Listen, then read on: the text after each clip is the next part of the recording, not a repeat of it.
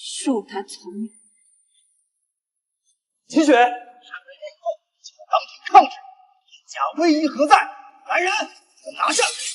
秦雪，莫要在金门地上跪下谢罪。要跪你自己跪。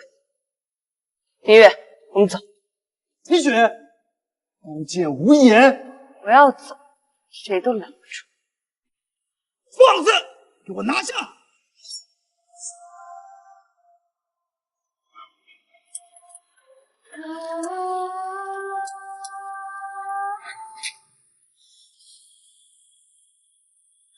儿臣愿用军功，准请医女萧清雪为正妻，求父皇成全。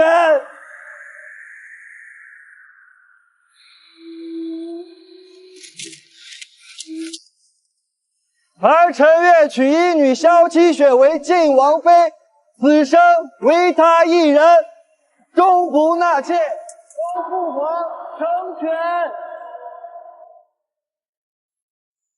求父皇成全。欢义事不能欺，誓言犹在耳，容你。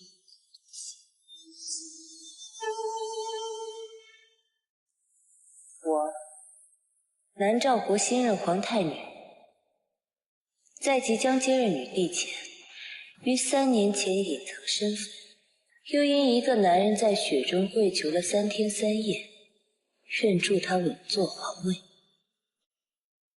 他也曾立誓非我不娶，永不纳妾。可如今，身为大渊国太子的他，却要将我贬妻为妾。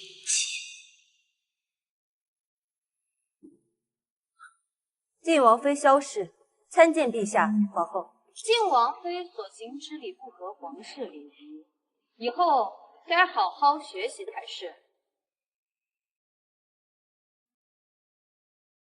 奉天承运，皇帝诏曰：晋王裴子言军功卓著，智信仁孝，今立为太子，钦此。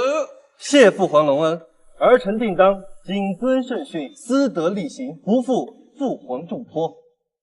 今辅国大将军之女云氏，其行端庄，堪母天下，特册云氏为太子妃。萧氏就太子有功，封为侧妃，钦此。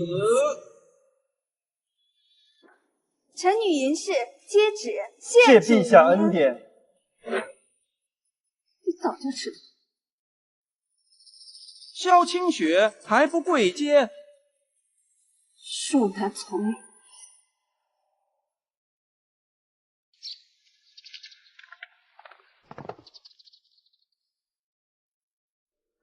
小姐，您别伤心，别难过，这世界上好男人多的是，何必在一棵树上吊死啊？要不是3年前小姐救了他的性命，他现在还躺在床上不能自理呢。这一朝坐上太子之位，就忘了小姐当初的恩情，可真是无耻。我不伤心，也不难过，只是有点心寒，全当是提前看透人心了。在男人眼里，情义抵不过龙椅上的半只机器，与其做剑拔虹吸，不如执刀卧功，用鲜血和权力告诉世人，这世上从无救命之恩，唯有刀俎之恩。儿臣至内不言，致使侧妃殿前失仪，求父皇饶了清雪，该请父皇息怒。萧侧妃幻想恶仆，撒野犯上，冒犯天威，抗旨不遵。今日太子放纵雕炉，践踏天威，他儿就能放任东宫幕僚贪赃枉法，祸乱朝纲。因为东宫年俸不过100两白银，却培养出比玉灵心还金贵的侍女。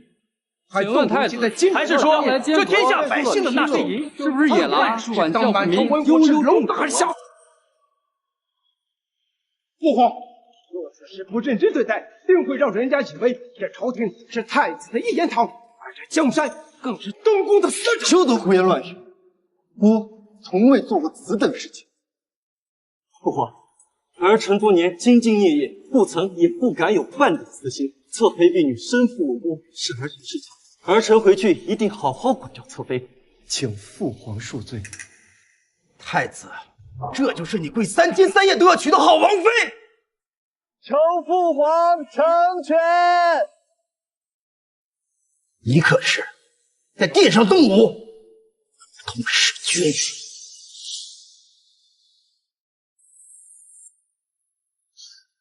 皇上息怒啊！一介医女治病救人是本分，本该给个侍妾的身份即可。可太子随了您的性子，忠厚仁慈，重情重义，非要抬举她，这下可好了，心都养刁了。皇上，臣妹乃是您亲封的太子妃，这还没过门呢，侧妃就如此不安于世，以功造过。难道等臣妹嫁入东宫之后，也要任他欺负吗？陛下，父尊年迈，只有臣妹这一个女儿，还请陛下替臣妹。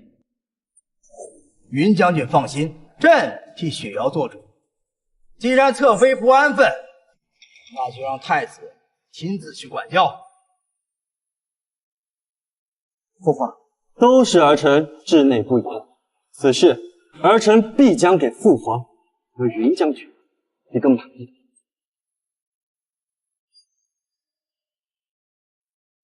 小姐说的对，男人要的不过是顺我者昌，逆我者亡。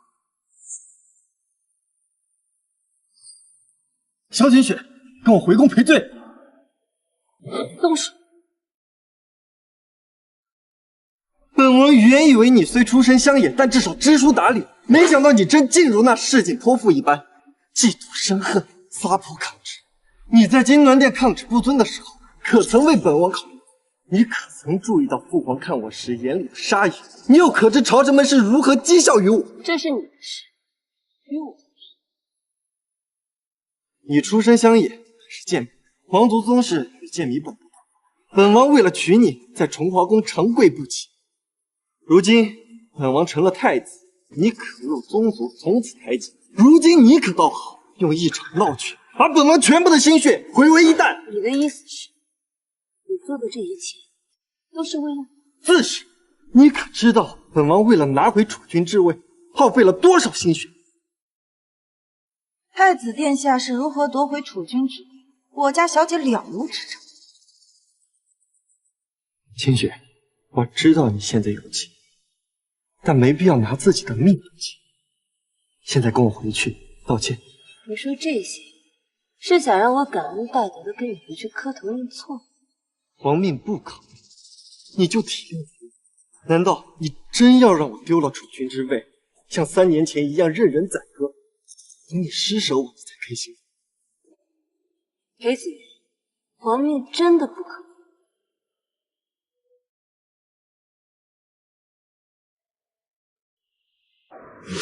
儿臣愿用军功准请医女萧晴。3年前，你违抗皇命，跪了3天3夜，亲自到御前求了一份赐婚圣旨。若非你一副非我不可的决心，并且亲口发誓一生一世绝不纳妾，我是不会答应此今时不同往日，就非要揪着过去的承诺不放吗？过去对你承诺时，我自是一片真心。可如今我是太子，将来还会成为皇帝，难不成有个3宫6院，你个个都要争风吃醋吗？裴子言，男子汉大丈夫，一言九鼎。你若是连自己说过的话都不能作数的话，又有什么资格做这个太子？孤并未背弃誓言，自始至终，你都是我的晋王妃，与你也不算辱没。孤为你守身3年，自认为足够对得起你。若太子要强辩的话，那我无话可说，就恭喜你获得储君之位。既然你已经得偿所愿，那我们的关系就到此为止。你什么意思？我不会做你的侧妃的。等会儿我……你要跟我提和离？太子殿下是耳背吗？荒唐！嫁入皇族的女子，名字早已入族。你要是以这种方式威胁，没用。不是威胁，是通知你，只需要一份和离书，从此以后我们一刀两断，再无关系。皇室和离难如登天，需要夫妻双方亲笔签字，还要有凤印玉玺加持，最后征过祖宗公庙，才能名正言顺的把你的名字移出大雍皇室裴家族。开国100年来，从未有过和离先例。你死了这条心。不管和离有多么困难，我也一定会与你和离。不可能！就算你死，也是我裴子言的侧妃，入大雍皇陵。和离说是绝对不会给你的。要是你实在不愿做这个侧妃，做个妾室也无不可。呸！做妾，做你的春秋大梦去吧。小姐，要我看，以您的身份，干脆一封休书扔下，一走了之，何必与他纠缠？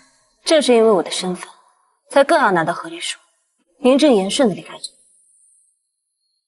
否则，等我离开，以裴子言的性子，定会以此纠缠，想方设法的分走我的势力。小姐说的对，按照他的性格，定不会配合。那我们到时候该怎么办？无妨，他不配合，我自有办法让他配合。凌风，属下在。今晚就把这封信送出去。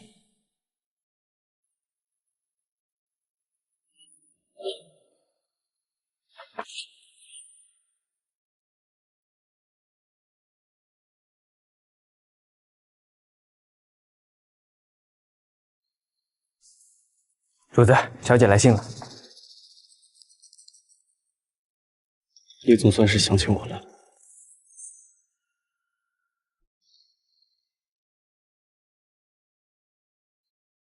3年前，裴子言身中剧毒，躺在床上不能自理，是我用医术给了他第2条命。如今我的任务已经完成了，我们是时候离开。这些药材可都是小姐不眠不休才种出来的，我这就去找个药箱装起来，绝对不能便宜了那个负心汉。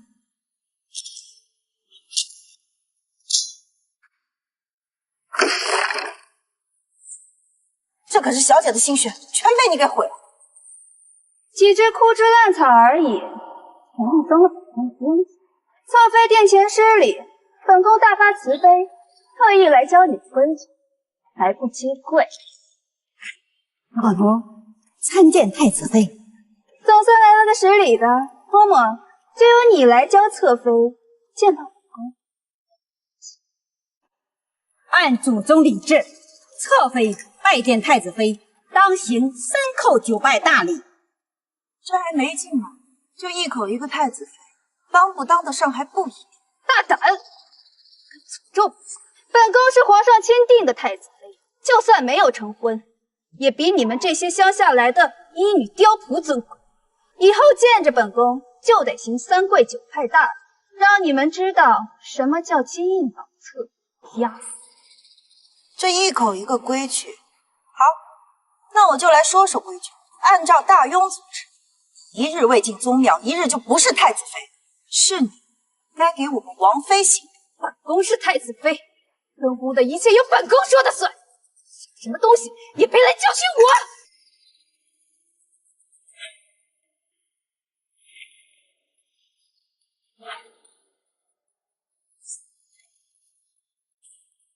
来人，张嘴！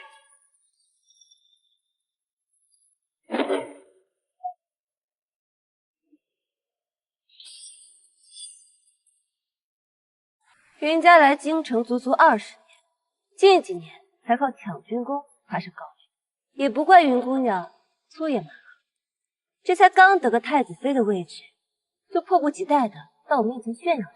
胡说八道！父兄镇守边关，如果没有他们2人，这大雍早亡了。而你，一介医女，全族上下都不配给我提验符的，碾死你就如同碾死一只蚂蚁一样简单。那你倒可以试试，是谁碾死谁。别以为自恃武功就高枕无忧了。本宫这次从府中带来了高手，即便你有些3脚猫功夫，也双拳难敌4手。来人，给我打！主仆二人一起打！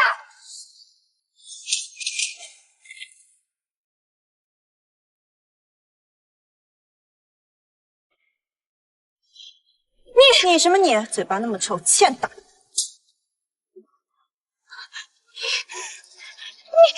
找死！雪瑶，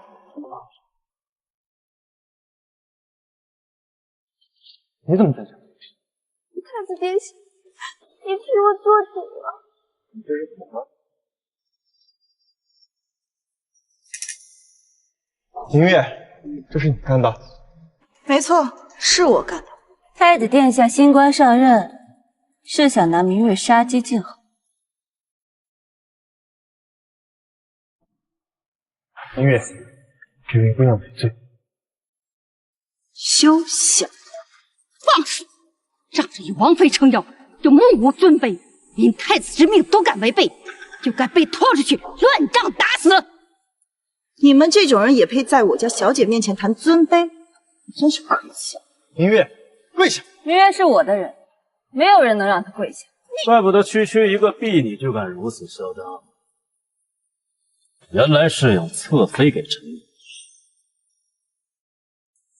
云将军，你怎么来？原本是来找太子商议正事的，没想到却看到了萧侧妃的婢女以下犯上，欺辱雪瑶。有姑在，雪瑶怎么会是委屈？明月，跪下跟雪瑶道歉，这事就算了。太子若真想让人赔罪，何不让我这个王妃亲自来？云姑娘岂不更加满意？清雪，姑对你一忍再忍，别太过分。太子既然不愿忍，不如一份和离书放过彼此。从此你顺心如意的做你的太子，我自由自在做我的医女，岂不两全其美？当太子侧妃有什么不好？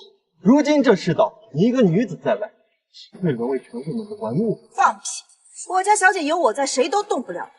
难道要沾你一个草包太子的光？大逆不道！殿下，此女侮辱储君，无法无天，罪不可赦，请殿下按军法杖毙。云将军，这不是在军中，不需如此严格。看来太子是存心偏袒侧妃，让我云家女贪污。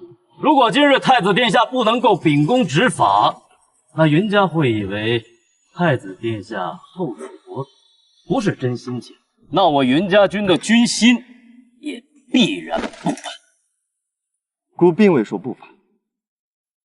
清雪，姑看在你的份上，对明月一直纵容，可没想到她却变本加厉，以下犯上。既然如此，来人，把明月拖出去，鞭笞40。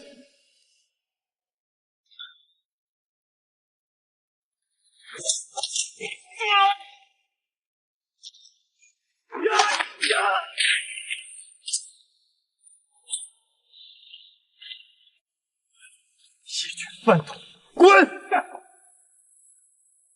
黑甲军的王府精锐能与羽林军匹敌，你竟赤手空拳能战胜他们？废话，姑奶奶若没点本事，怎么保护我家小姐行医济世啊？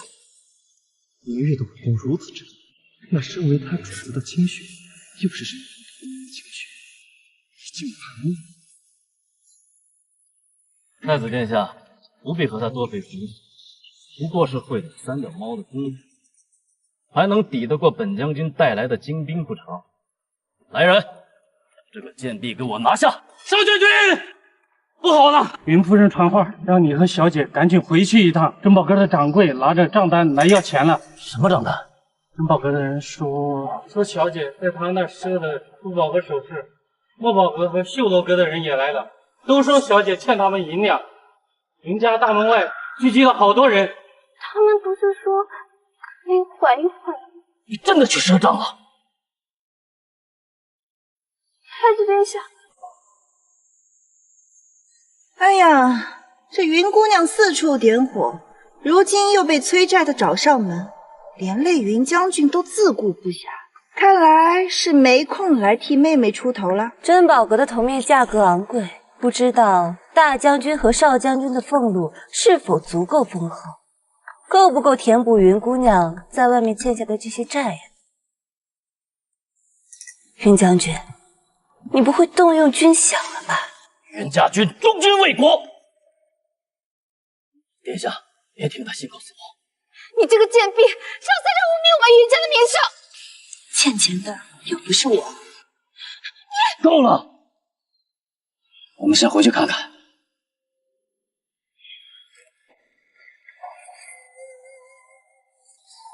现在太子殿下还要杖毙我吗？明月，你别以为有清雪给你撑腰，我就不敢动你。裴子言，你要明白一件事情，明月是我的侍女，从未卖身到你太子府。别说杖毙了，你连动她一根手指头的权利都没有。清雪，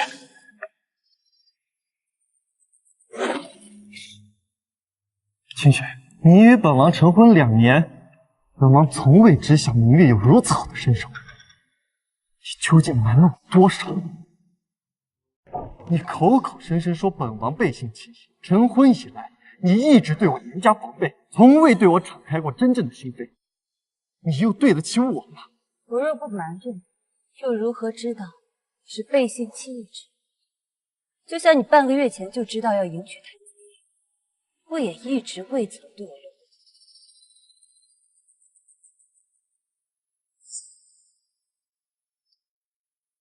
一个独身行医的大夫，身边有个打手和解，可明月就算有武功在身，他也该知道皇族得罪，敢如此行事。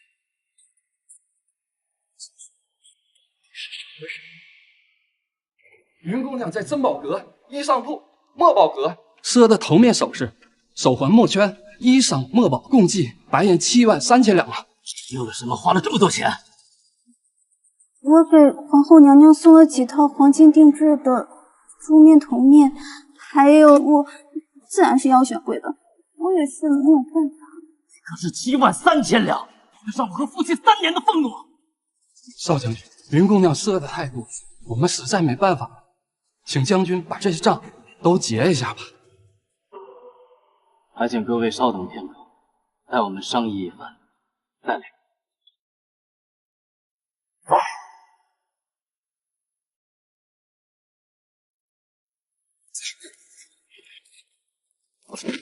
你现在把那些金银首饰全部给我变卖了，拿来还债。你被赐婚给太子，在这个节骨眼上不能出现任何差错，否则一水弹劾，圣上大怒。你这桩婚事随时不保。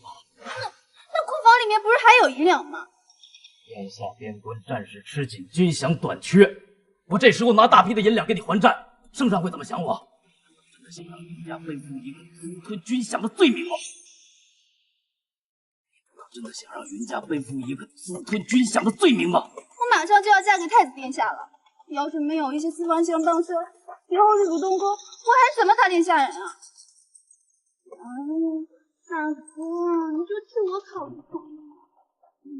东宫那不是给你准备了嫁妆了吗？家里现在连几个人都想拿不出来，日后我出阁了，你们还打算给我多少嫁妆？我不管了，那些衣裳和首饰，我是不会拿去变卖的，我退回去。这事儿由不得你，要是再做任性，我就会进宫向陛下报太子妃奢华无度、品行失德，不宜入主东宫，我会自请废除太子妃之位，明白了吗？大哥，你不能这么做。好了，大哥。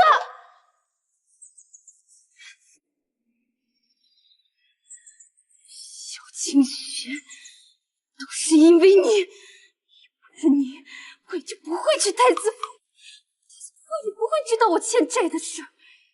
小清雪，皇后娘娘治你的罪。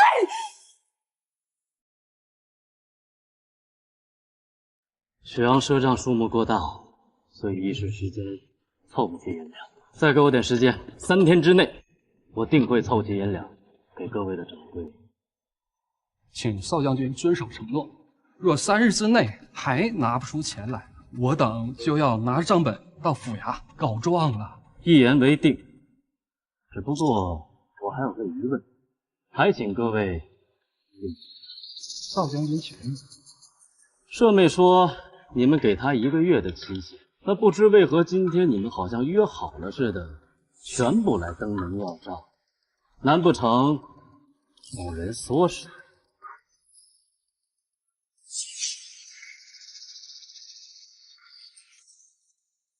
我们从未承诺给于姑娘1个月时间，于姑娘订了东西，只说尽快把钱送来。我们等了10几天，于姑娘一直没有，这才登门要账。若有冒犯之处，请少将军海涵。那请各位掌柜的。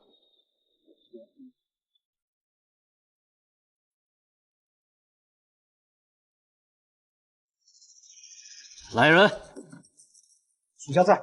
去给我查一查，这些掌柜的背后的东家到底是谁？看看他们和谁接触的最多。是。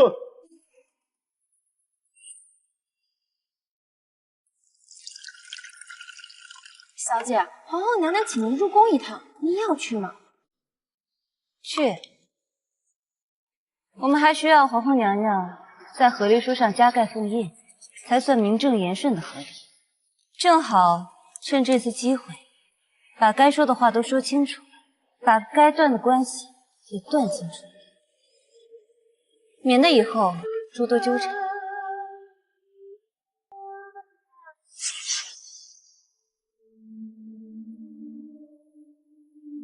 参见皇后娘娘。你怎么还没学好皇宫礼仪？你身为太子侧妃，应当上心才是。上一次你闹闹就算了，本宫看在太子的份上，就不予你追究。如今圣旨已下，以后你跟雪瑶好好相处，共同做太子的贤内助。娘娘，这清雪姐姐恐怕不想和我做姐妹。怎么会？上次在大殿，清雪虽略有出格，但以往还是知晓分寸，断然不会对你不利。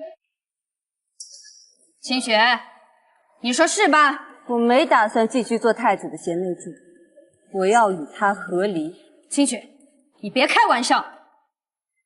娘娘，我就说王妃不甘侧妃身份，故意用和离来威胁太子，您还不信我说的话？您说他知晓分寸，这就是他知的分寸。我还不屑于使用这种威胁的手段。和离就是和离，只要拿到和离书，我立刻远走高飞，从此不再出现。太子以后是要做皇帝的，太子妃的出身就必须够硬。你应该体谅太子，做好女子表率榜样，而不是动辄争风吃醋。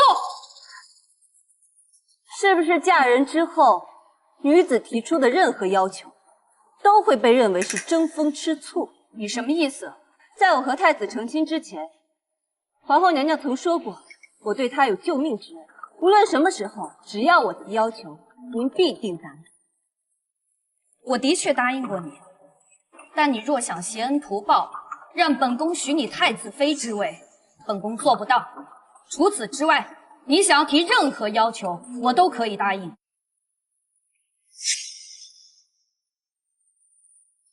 这是我一早上写好的和离书，现在我唯一的要求，就是请皇后娘娘在上面加盖封印。清雪，你跟太子夫妻和睦，感情深厚，本宫以为你是个明事理的女子，有脾气闹一闹也该过了，没想到你竟如此荒唐，竟还妄想和离。我提出的这个要求并不过分，我只是想恢复自由身而已。你既已嫁入皇族，谈何帝王子嗣成亲，从无和离的先例。依雍朝律法，皇室子弟和离，只要夫妻双方签字，请凤印、玉玺加持，征过宗庙，便可以名正言顺的和离。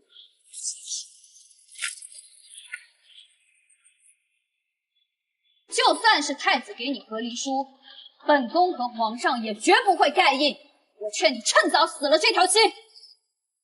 皇后娘娘若是不答应，那我也不强求。不过，我愿意跟皇后娘娘打一个赌，不出10日，皇后娘娘会主动提出让我跟太子分离。若是我赢了，那就要请皇后娘娘亲自送和离书，求我。你想干什么？不要以为你自恃医术就可以下毒害人。太医院不是吃素的。皇后娘娘放心，我跟你打赌和下毒害人无关。皇后娘娘贵为一国之母，凭什么跟你打赌？云姑娘昨日被人追上了要债，也不知道现在这些账目还清了没？你可是开国以来第一个被人堵门要债的太子，可真是让人大开眼界。要什么账？皇后娘娘，您别听他胡言乱语，他就是故意在挑拨离间。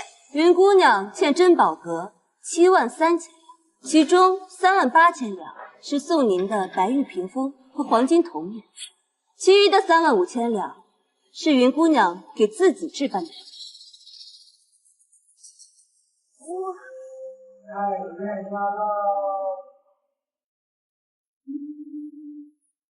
儿臣参见母后。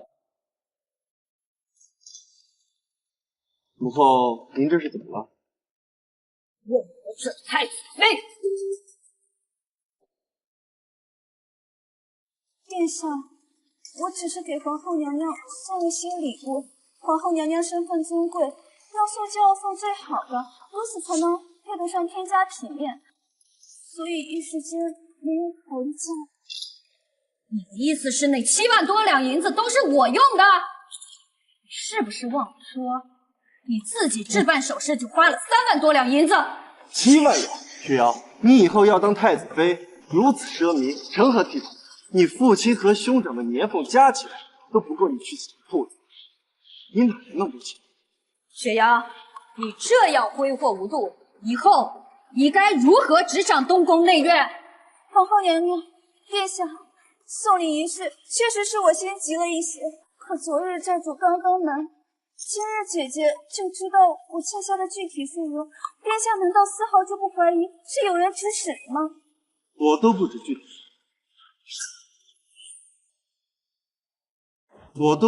数额，你是如何得知？还能是如何得知？肯定是他从中作梗，口口声声说要和殿下和离，实则是为了挑拨我和您的关系啊！太子妃欠债，与我何干？接下来的10日，我不会再来跟皇后娘娘请安，希望下一次再见时，是我拿到和离书之时。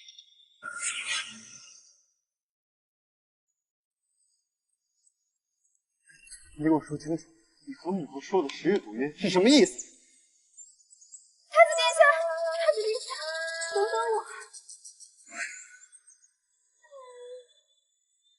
太子殿下还是先安抚好云姑娘，她若再找我，肯定不会像今日这般客气。萧清雪，向皇后娘娘告我状，我还没找你算账呢。云姑娘要算什么账？珍宝阁的烂账还不够你？雪瑶，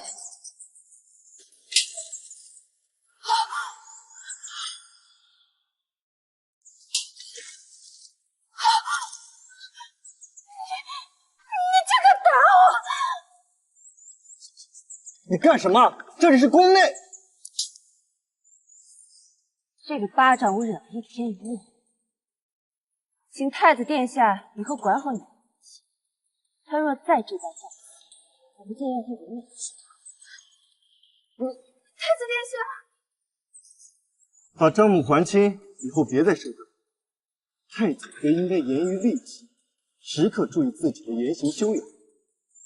明日我会挑一个教养嬷嬷去云家教你身为太子妃应有的教养规范。殿下，萧清雪，因为你接二连三的羞辱我，我是不会放过你的。不知姑姑登门拜访是何事？清雪受不惯皇室规矩，我给她份和离书，放她自由。姑姑要分姓？不可能！你娶云雪瑶不就是为了兵权？你该知道，本宫的女儿若是与瑞王党周小将军联姻，朝中便会疑。本宫中日之日。你什么意思？从前我押着珊珊的婚事，是因为萧清雪给我治病，昨日她传信给我，说只要你肯和离，药方便可以，日后我照旧可以支持，直到登基。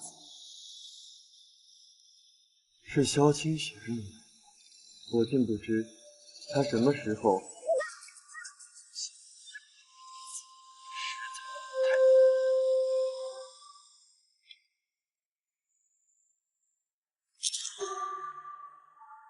子言，只要你肯签合离书，珊珊的婚事，本宫照旧是。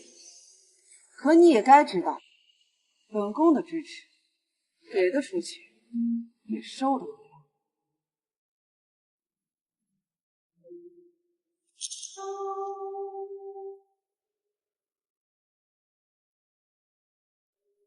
萧清雪，你还会使出什么样的手段？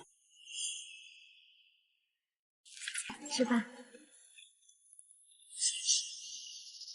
清雪，你先是查到雪瑶欠账数额之后，又传信给我姑姑，让她来给我施压。我竟不知你为了和离，在背后做了多少努力。要想知道，你自己去查。如果我说我并不喜欢云雪瑶，我娶她只是为了大将军府兵权，并且她入主东宫之后，还依旧由你主事，你还会用和离一事闹吗？裴子言，你是不是意识到危机了呀？所以才来和我谈一谈？还是长公主之女和周小将军的一件事情？你就这么不愿意我娶云雪瑶，甚至不惜拿出长公主这张底牌来逼迫你？还真是自以为是。不就是一个名头而已。等我登基为帝，培养出自己的文臣武将，我随时都可以废了云雪瑶，立你为后。你就不能多给我一点时间吗？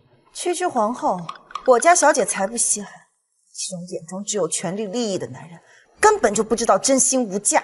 如果我做不上那个位置，真心连我们命都保不住。正是因为我真心爱你，所以我才要不惜一切代价做到那个位置。别自欺欺人，你所做的一切都是为了你自己。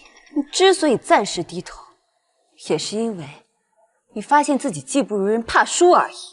别拿爱情当王法。你趁早把和离书给我，一切还有挽回的余地。你我成婚2年，你未得一子，如今又因太子妃一事闹得不可开交，今日还在凤仪宫顶撞母后。起初你犯了3条，你凭什么要和离书？萧清雪，你既然要下堂求娶，那就应该索要休书，而不是和离书。你错了，不是我需要和离书，而是你。和离书是我给你最后的机会。你不必故作玄虚，你无非就是结识了明月之流的江湖人士，借他们的手打听到雪瑶欠债一事，又依仗你的医术让我姑姑帮我。除此之外，你还有什么手段？若本王存心不让你走，你以为你能逃得出王府？我为什么要逃？我之所以要签字盖印的和离书，就是为了和你断得干干净净，免得你以后像狗皮膏药一样求上来。姑现在是太子，以后还会是天子，只有你求我的份，没有姑求你的份。裴家军，看好双雪院，任何人不许入境。荒唐！萧侧妃竟然为了威胁太子，竟以长公主的病情要挟，还纵容手下殴打太子妃。宣本宫口谕，传萧侧妃入宫。奴婢乃凤仪宫掌事嬷嬷，奉皇后娘娘之命，请侧妃进宫。老奴乃凤仪宫掌事嬷嬷，奉皇后之命，请侧妃进宫。我家王妃心情不好，今天不见客，滚！皇后口谕，王妃小要抗命。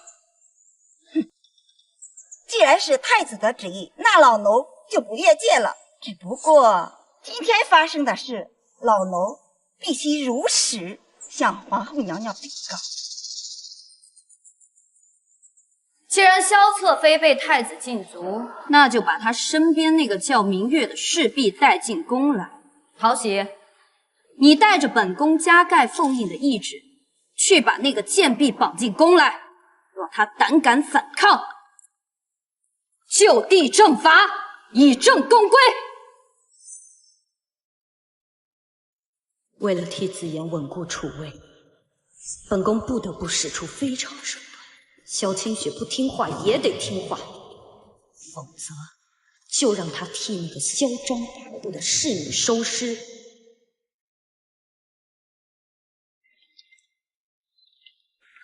奴婢参见萧侧妃。有完没完？我家王妃想休息一下都不行，不是这个监就是那个监，天天见个没完。明月姑娘，我等奉皇后懿旨而来，带你入宫学习宫规法纪。你没看见我正在伺候我家小姐喝茶吗？你怎么不开？这可由不得你。咱家今儿是带了加盖奉印的懿旨而来，见懿旨，如见娘娘亲临。你若胆敢拒之，咱家把你绑进宫里。明月，你想去吗？我不想去，听见没有？明月说她不想去。侧妃胆敢教唆婢女违抗懿旨，咱家可提醒你，违抗懿旨，这可是死罪。哎呀，那我就更不能跟你进宫了。进宫的教训，我又不是傻。哎呀，哎呀，陶相公，你没事吧？啊！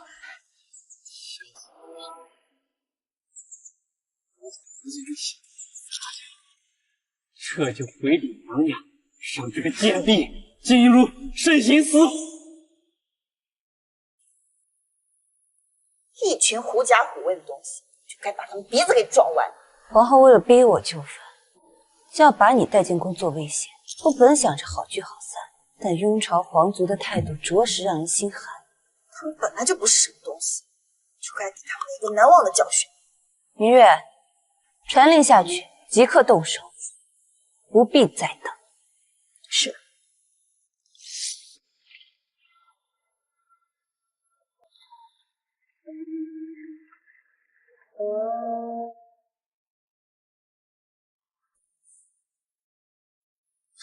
主子，小姐又来信了。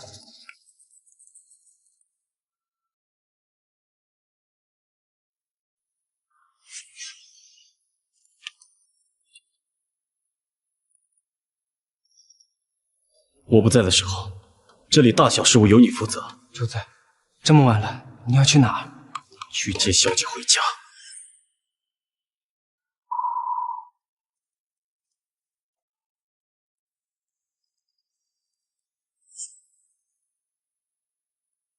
儿臣给母后请安。我差人去喊你府上婢女学习宫规，没想到那明月竟出手打了陶喜。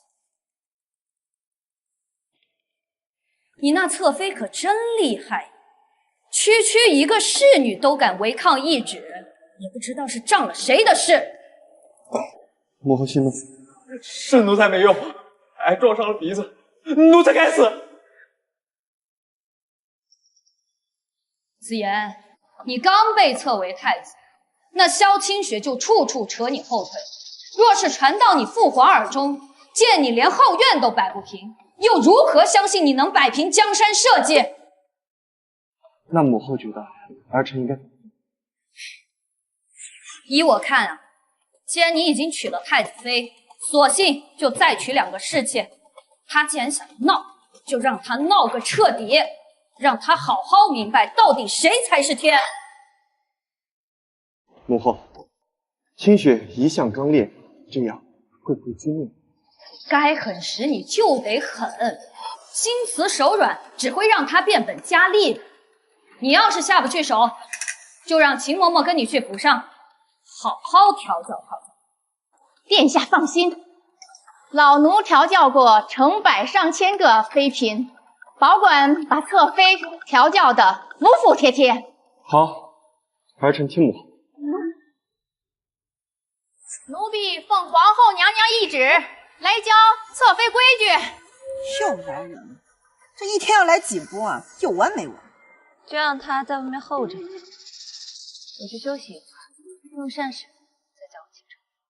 小姐放心，任何人要是敢来打扰，奴婢让他站着进来，躺着出去。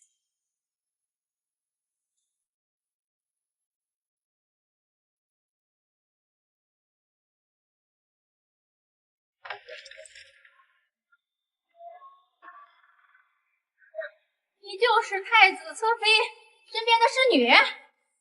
行不改名，坐不改姓，我就是明月。啊，胆子不小啊！多谢夸奖。秦嬷嬷既然是来教规矩的，那自然比别人更懂规矩。我家王妃有令，让您在院子里跪上1个时辰，先来看看您自己的规矩。你放肆！你放肆！秦嬷嬷舅舅恼羞成怒了，您是宫中老人，怎么听力这么差？这才没2句话就丧失了理智，那我又该如何相信您有资格教我们王妃规矩？哼，伶牙俐齿，毫无规矩，果然是乡下来的粗鄙！你好好教教他规矩。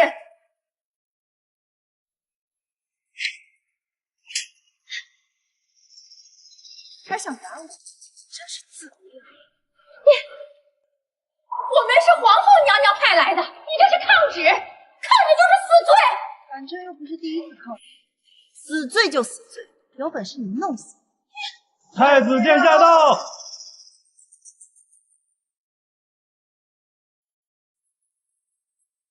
参见太子殿下，老奴有愧皇后娘娘的嘱咐啊，没有教好侧妃娘娘规矩，求太子殿下做主啊！原来你还知道自己是老奴啊！方才那么趾高气扬的样子，我还以为你是太子的亲娘呢。明月，住口！求太子殿下明鉴呀！奴婢万万不敢有僭越之心呐！求太子殿下明鉴呐！最近双许愿还真挺顺，一会儿这个太监走，一会儿那个嬷嬷又来了，还真当这是财神。明月，过去种种，今日明月实在是太过分死。你让明月跪下，给秦嬷嬷一礼，再有秦嬷嬷头，这让秦嬷嬷也给母后好有交代。我记得我跟你说，明月不会。你以为仗着我对你的感情，看在你的面子上，就不敢拿明月怎么样吗？想做什么尽管，不必看任何人的面子，我也不需要谁。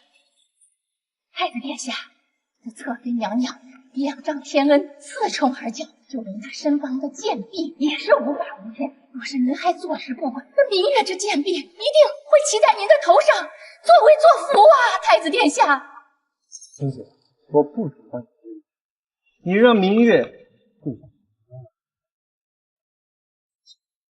明月只是一片护主之心，并没有做错什么，她没有必要跟任何人。侧妃娘娘，您能护得住明月一天，您能护得住她一辈子吗？太子府兵丁众多，只要是殿下一声命令，哼，这明月迟早去见阎王。秦嬷嬷，祸从口出，你作为践行女官，既然如此可惜，你没有资格教我规矩。太子殿下，皇后娘娘说您如今贵为太子，行事万不可像以前那般心慈手软啊！我连后院都镇不住，以后如何镇住天下？秦嬷嬷，规矩改日再讲，你先下去歇着。太子殿下，此等不知死活的主仆，必须严惩，以儆效尤啊！下去。明月，你先下去，我有话。不，明月，明月，是。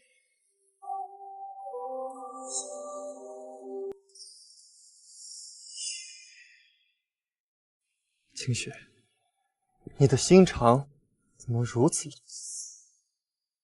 我有些时候都怀疑，你有没有爱过？现在问这个问题，不觉得可笑吗？那我再问你一遍，你有没有爱我？应该没有。那既然你不爱我，为什么要答应嫁给我？因为是你求来的圣旨，你是不是忘了？你跪了3天3夜求来的圣旨，你不会真以为是我上赶着要嫁给你？你口口声声说爱我，也不耽误你娶云雪瑶为太子妃。女子的本分就是相夫教子。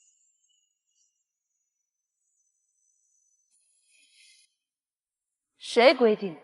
女子的本分是相夫教子。古往今来都是如此。既然你不认得，那我就尽一尽夫君的责任，知道什么是本分。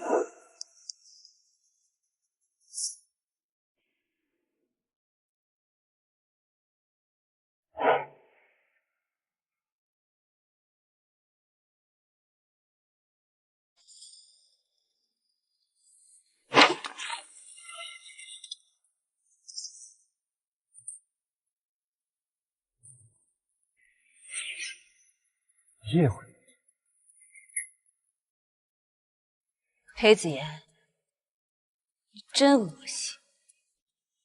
你说我恶心？我很庆幸皇帝为你选了太子妃，否则我还要被你蒙蔽在温柔深情的陷阱里。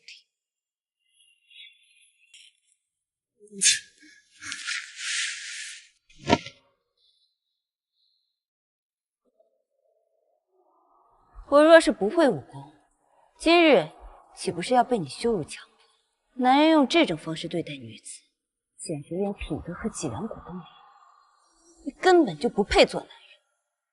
你越会武功，你也会武功。你口口声声说相信我，如果你真的相信我，就不会隐瞒你会武功的事实。温柔和深情最容易让人失去防备，越是这个时候，越是要留下自保的底牌。否则，岂不是任人宰割？所以，你一直对我有所防备。像你这种人，若是不防备，难道要等着被你囚禁、折磨致死？你是我的妻子，区区靖王妃的身份限制不了。等到我该离开的时候，我们的关系会彻底结束。不可能，这辈子你生是我的人，死是我的鬼。只要我活着一天，你就永远不可能离开。你说了不算，裴子言。别说你现在是太子，即便是登基为帝，这件事也不由你说了算。林雪，你究竟是谁？不，你只是在故弄玄虚，想让我误以为你有一个了不起的身份。若你真的家世显赫，怎么会以一个医女的身份出现？成亲这么大的事儿，你家里又毫无动静，你别想吓唬我。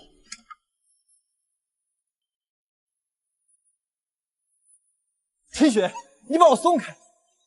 你刚才那副粗暴想教训我的架势，怎么会认为我会放开你？难道你要一直这样捆着我吗？你猜？你在写什么？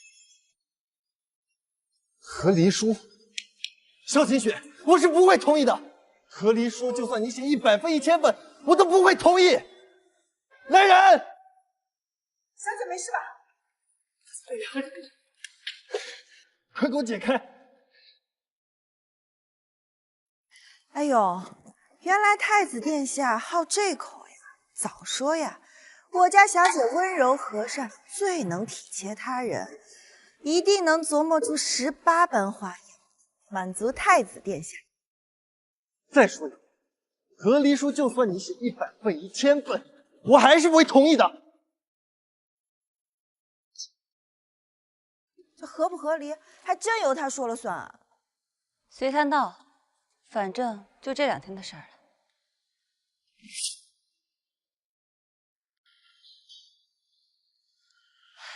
小姐，后厨说秦嬷嬷不让任何人给我们送吃的，只找到这几个馒头。无妨，我们出去吃吧，带上银子去桃源居，我请你吃饭。好啊，那我这就去准备。太子殿下有令，不许王妃离开王府。王妃以前想什么时候出门就什么时候出门，何时需要被一扇门给困住？王妃，求您不要为难小。你们可以去跟太子告状，就说我们是硬闯出去的，也可以让明月把你们打晕，我们依旧可以出去。只不过你们两个就要在这里睡上2个时辰了。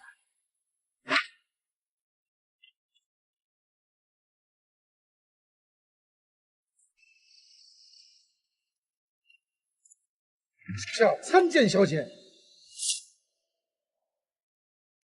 起来吧。是。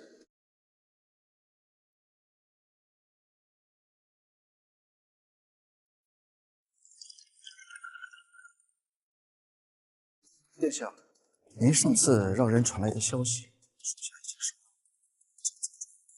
这配是何族忘恩负义，不知小姐信？我已经和裴子言提出了。殿下说真的？那主子岂不是有机会了？当年我决定跟裴子言成亲时，把一部分生意势力挪了过来。如今既然要回去，那部分势力也该收回去了。不出3日，我们就回去。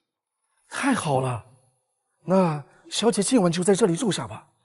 等属下们安排妥当，您再去收尾，别回王府受那个气。安排一下我和明月的房间。好，我这就给你安排。传膳。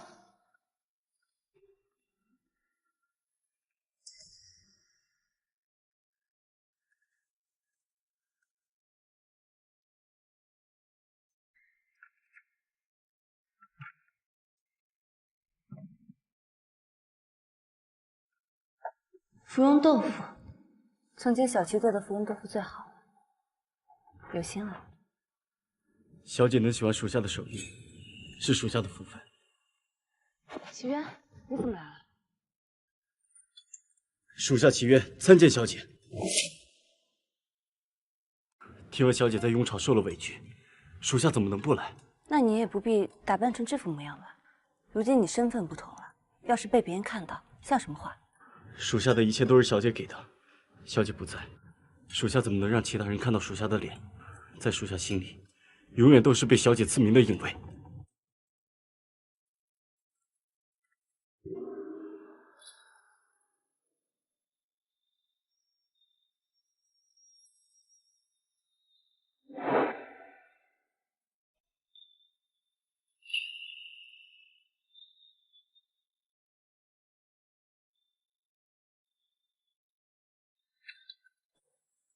交代你办的事情如何了？小姐放心，你吩咐的事情你办好了。3天后，我要堂堂正正的带你回去。王妃昨日一夜未归，你们是干什么吃的？继续去找，就算把皇城翻个底朝天，也要找到王妃。殿下，属下们已经把皇城翻了个遍，实在是找不到王妃在哪儿。一个大活人怎么会凭空消失？昨日王妃出门时有说什么吗？没有，或许王妃是带着明月出门吃饭逛街了呢。吃饭？太子府的厨房还不够他吃吗？还要出去吃？昨晚秦嬷嬷说，要是谁敢给王妃送饭，就按宫规罚20大板。殿下，老奴也是奉了皇后娘娘之命，为您在后宅立威呀。我竟不知太子府什么时候由奴才出手。既然他这么喜欢用宫规要挟人，那就罚他40大板。殿下饶命！殿下饶命！殿下，不好了，粮草筹集出了问题，陛下召您立即进宫。怎么了？陛下，范家家主突然病倒，粮草也未按时押送，其他粮商突然翻脸，并且涨价3倍。我们现军中存粮不过1万担，1个月之内，军中便会弹尽粮绝。反了！一群商贾竟敢出尔反尔，延误了军情，诛他们9族！上次是允许姚贝土门要债，这次清雪一夜未归，今早就传来粮草出现意外的消息，这究竟是巧合，还是他的谋划？粮草之事，连我都难以操控，他真能有这么大的力量吗？父皇，我大雍聘礼3国，其中以南诏最为兵强马壮，又有百战百胜的杀神坐镇。如今我军饷亏空，若真发生战事，恐怕毫无还手可能。而荀将军筹粮不力，置我朝于险境。父皇，请降罪。父皇，云家父子一个戍守边关，一个于京调派军务，然而军饷却年年亏空。儿臣却听说太子妃花7万重金购入衣裳、首饰，这亏空的军饷去哪？武王殿下，不必在此含沙射影。粮草之事，我云家就算填尽所有家产，本将军自会做。武王殿下，瑞王。太子，你亲自去各大粮商那走一趟，让范家按计划筹备好粮草。若他们故意刁难推诿，查办。是，儿臣遵旨。小姐，自从来了雍国之后，好久都没这么休闲过了。果然，这离开了薄情寡义的狗男人啊，才能让人心情愉悦。你这话说的，好像我这些天日子过得多山回落幕似的。一个男人而已，至于吗？一个男人啊，确实不至于。等小姐回去之后，这无数的好男人应有尽有，到时候小姐随便挑就是。你看，这不是就来了个现成的？齐将军，过来，小姐叫你。过来。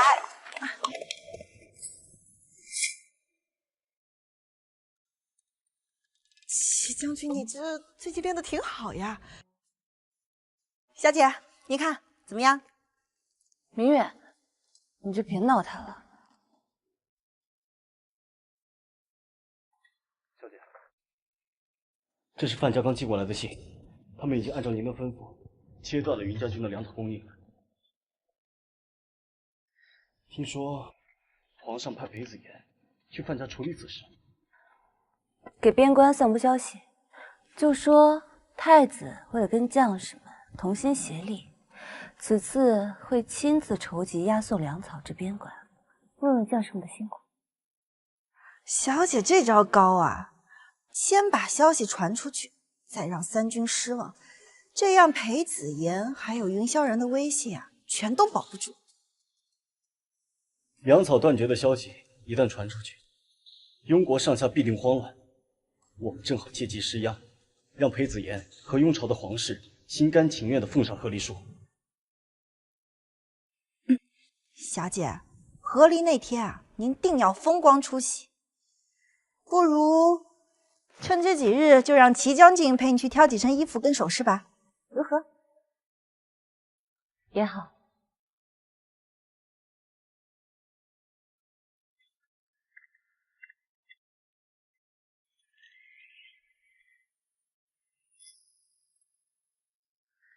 小姐，这支簪子怎么样？是不是特别衬你？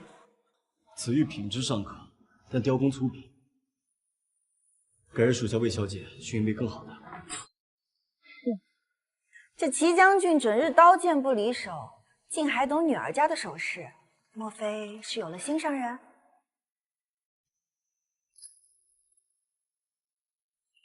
萧清雪，我说太子哥哥怎么寻找女人，原来是在这私会情郎呀！污蔑小姐！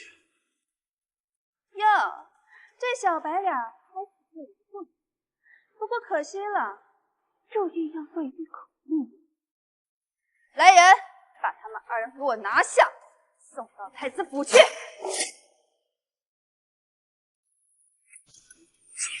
王妃怎么与陌生男子在此？你去速报太子。云小姐还有功夫管闲事吗？听说云家连军粮都凑不齐，倒有司库替你还清的7万两了。你这个贱婢敢污蔑我父兄！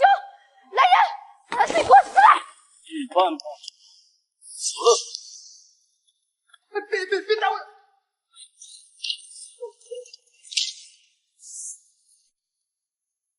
小妹胆也太大了，本来和侧妃处的事，还敢打太子妃的人，肯定是太子妃。太子原配更是救命恩人，如今受到冷落，换谁也不甘心啊！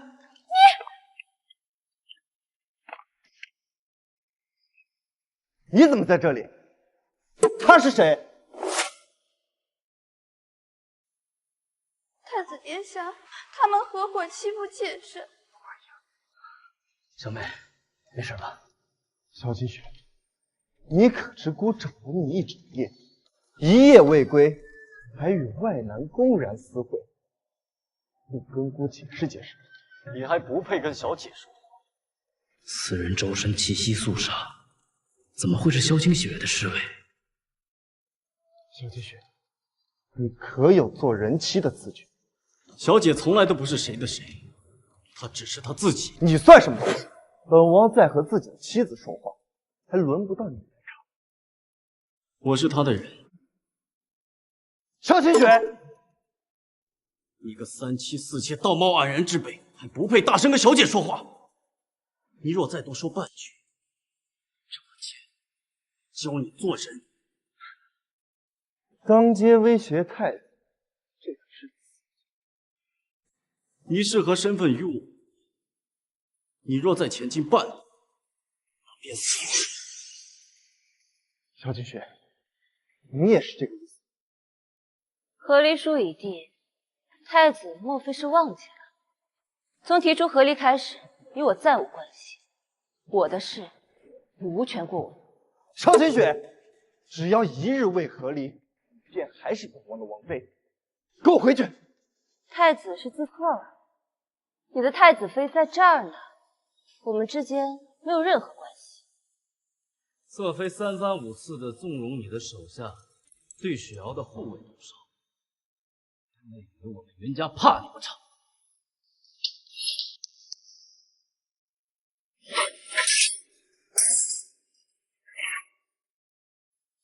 这个剑法，殿下，此人用的是南诏剑法，必是奸细。太子殿下，他肯定是奸细。刚刚他的贱婢还说我们军粮告急，如果他要不是奸细，他怎么会知道？他说什么？兄粮告急？这太平多久又打仗了？愚蠢！走！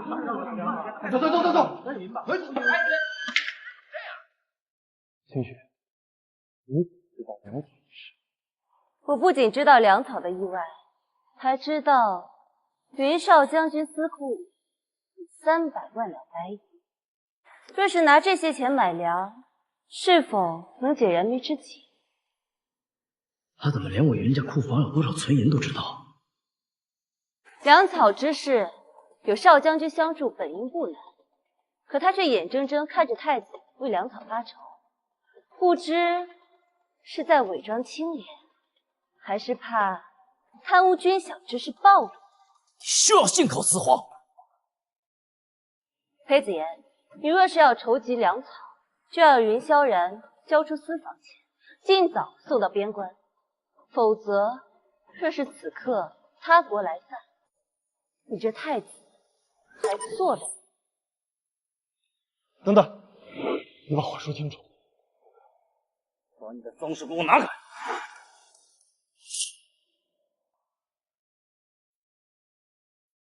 这种眼神，我只在旧金沙场的将领身上看到过。他到底是谁？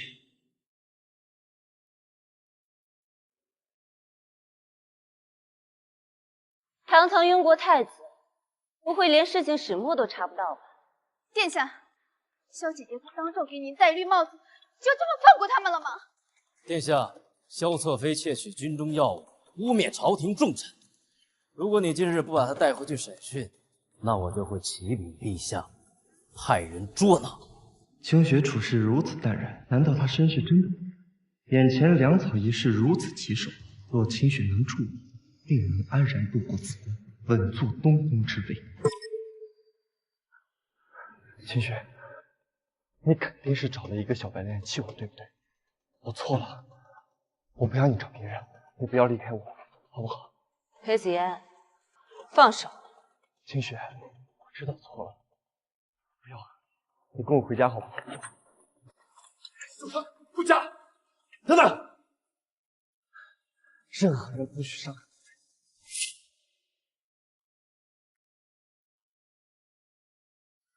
你若再上前半步，我便斩了你的手脚。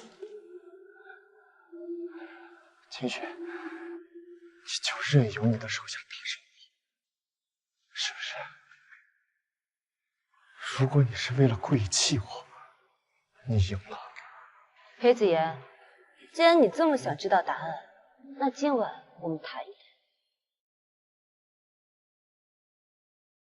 好，今晚我会一直到底。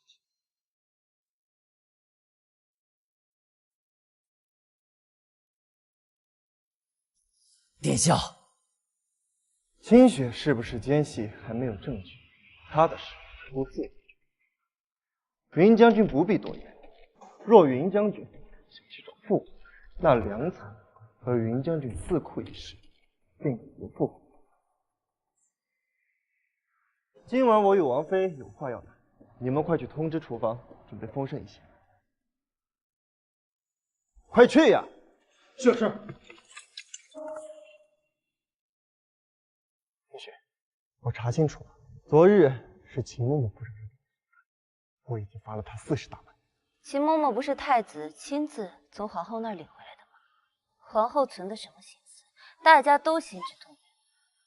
太子就不要自欺欺人。母后的意志，我也不好。皇命都可以违抗，有什么不好为傲的？清雪，最近我们总是吵架，今晚我们就安安静静的好好吃。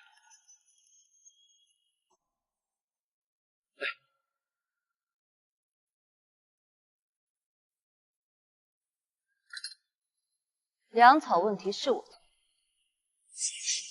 真的是？准确来说，以前各大商铺供给云家的粮草都是我自掏腰包的，但现在我不想继续资助了，云家只能自己想办法了。你到底是什么来历？你不用知道，你只需要知道，不管是府都范家，还是以前资助过雍朝的粮商，从今往后都不会借给你们一粒。那我该如何相信你说的话？你不用相信。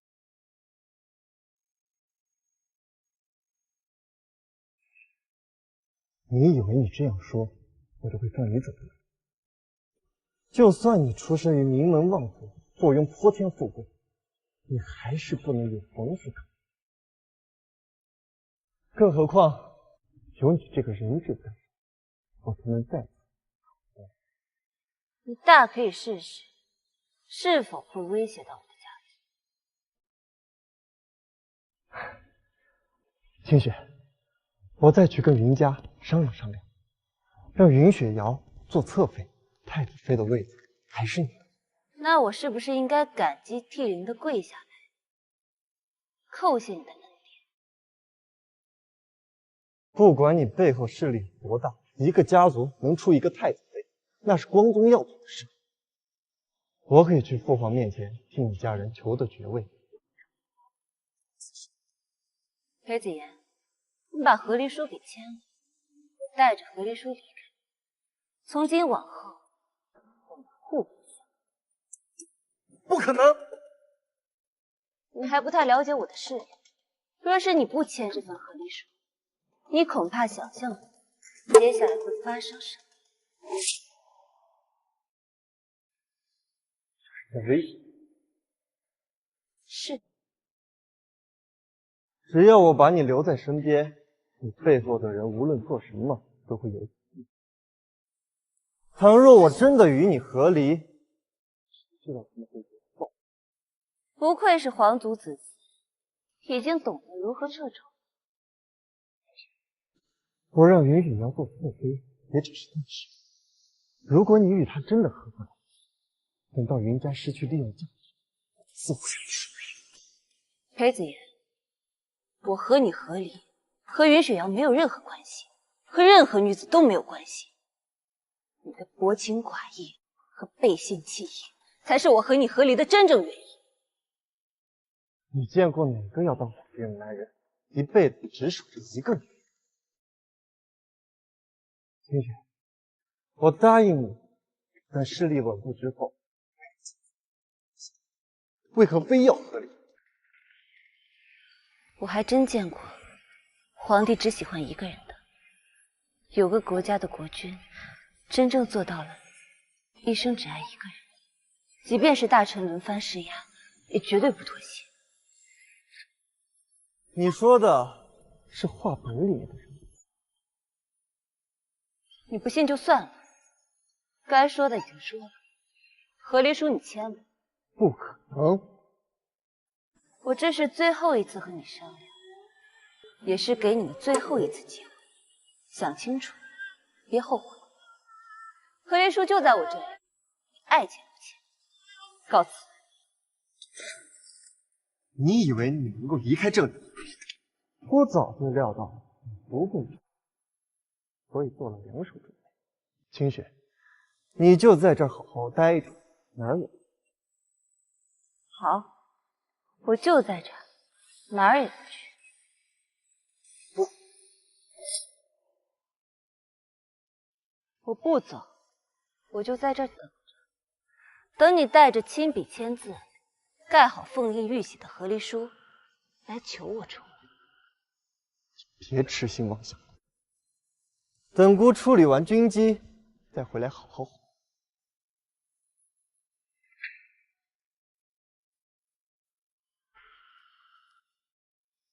四大家族里并没有萧家，除非萧清雪的名字从的是母姓。来人，太子殿下有何吩咐？去给我查府都范家、荣州陈家、雍州薛家，还有寒山郡谢家这四大家族有无妻女姓萧，或者女婿姓萧。无论如何，一定要找到一个姓萧的家族。这，小姐，裴子言派人去查，和四大家族联姻家族里是否有姓萧之人，可要拦下。不必理会，他是想找到我背后的家族威胁我，简直是痴心妄想。算算时间，你该回去了。小姐是要赶我走？小姐，属下只想陪在你的身边保护你。我身边有明月就够了。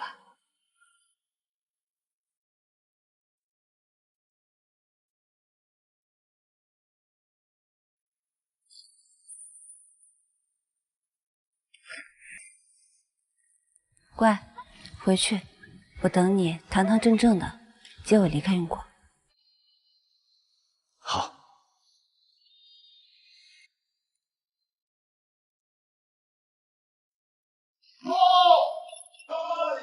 南少10万大军联合东乡西陵，举兵犯边，请陛下示下。什么？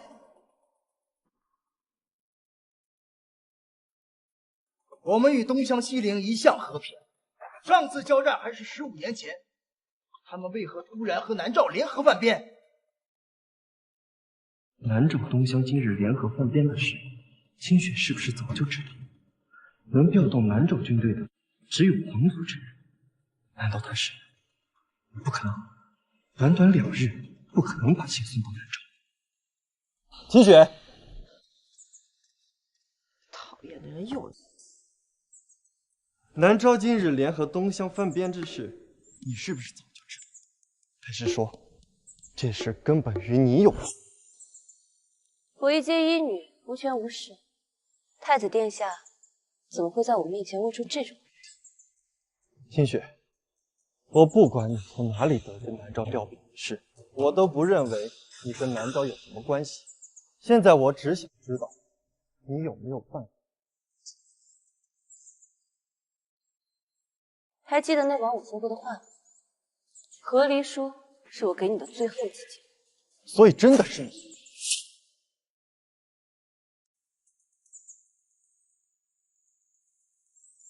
秦雪，南诏一旦对雍朝出兵，武王极有可能被重新起来，这样一来，越王将如虎添翼。裴子言，如果我是你，我会先担心两国来犯，战火会不会波及到百姓，而不是担忧瑞王会不会威胁你的主公。裴子言，你还真是一点帝王该有的胆魄和担当都没有。秦雪，收手吧。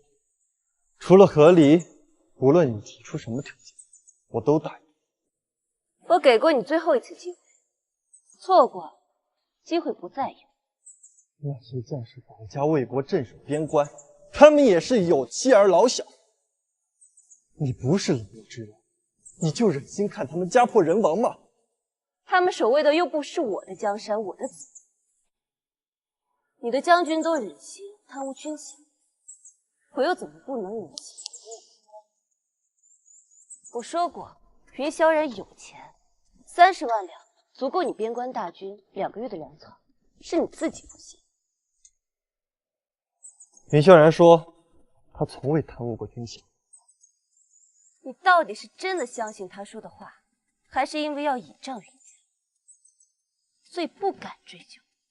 裴子言，没想到短短几日，就摧毁了我对你所有的好感。我不就是多娶了一个女人吗？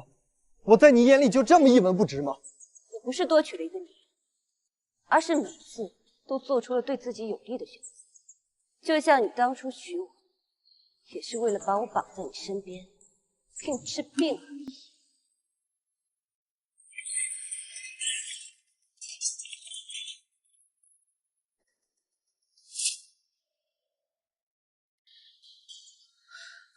真是越来越没有风度了，白白浪费了我们小姐3年的大好年华。别这么说，若不是亲自来一趟，说不定我至今还被梦境困扰。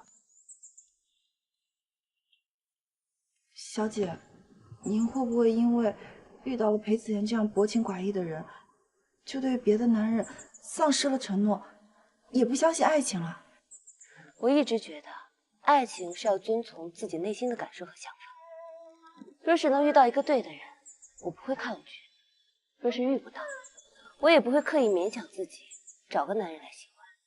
有些事情啊，顺其自然就好。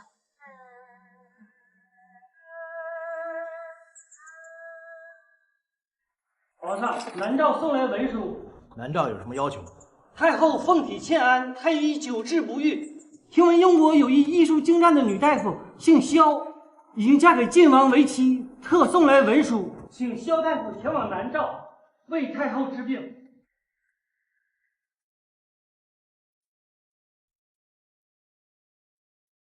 为南诏太后治病，萧大夫就这一个要求？是。南诏怎么知道雍朝有个姓萧的晋王妃会医术？又怎么那么巧，在萧清雪提出和离之后来就医？除非这一切都是萧清雪操控的。父皇，若是只是为了给南诏太后娘娘治病，那南诏和我朝应该是打不起来。是的，父皇，南诏新增的10万兵马，可能只是因为太后病得太重，担心咱们雍朝不愿意放人，所以威慑罢了。殿下，殿下，短短几日调动10万兵马，只有南诏国皇族能做到。即便我不娶云雪，他是不是也能扶持我坐上储位？太子，怎么了？哎呀，南诏距我雍国千里迢迢，太子难道是舍不得王妃独自前往？南诏增兵10万，为太后求医的态度如此强硬，太子殿下身为雍国储君，应当以大局为重啊！只要萧侧妃医治南诏太后，便可换得两国和平。太子殿下要顾全大局呀！为了雍国的安稳，让萧侧妃辛苦一趟也是值得的。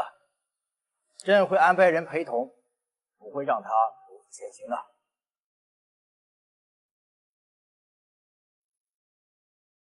儿臣连日筹粮，日夜操劳，今日突闻喜讯，一时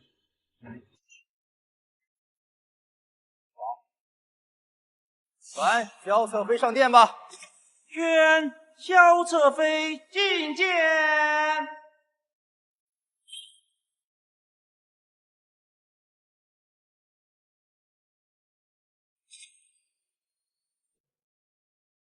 皇上，萧侧妃这是知道南诏求医，所以敢在父皇面前如此无礼吗？我学的礼节就是如此。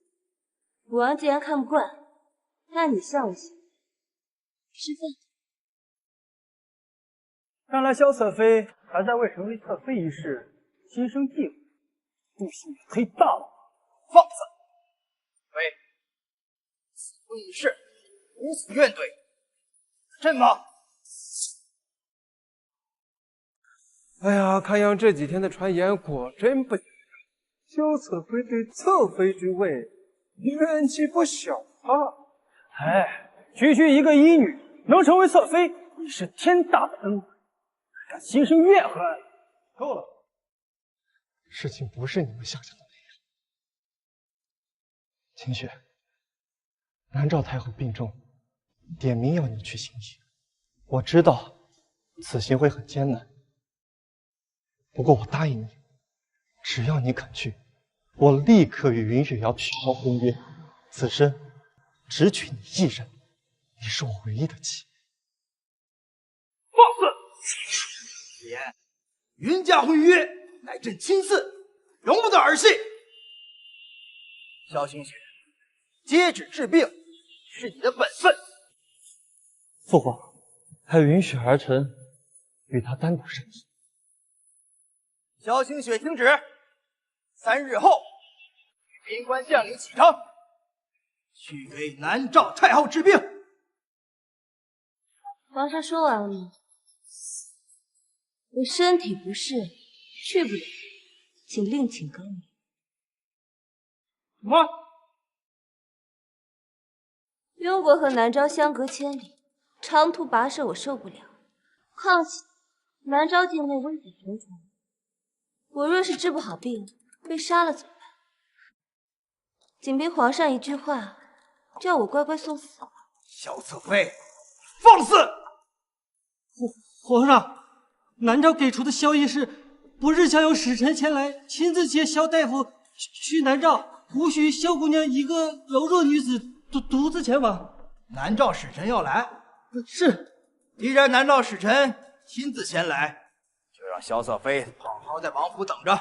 我说过，我不会去，任何人都不能强迫我。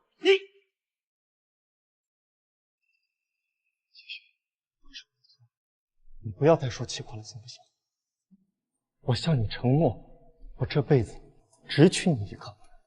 等下朝，我就立刻去找云雪瑶退婚。我求你了，不要和离，好不好？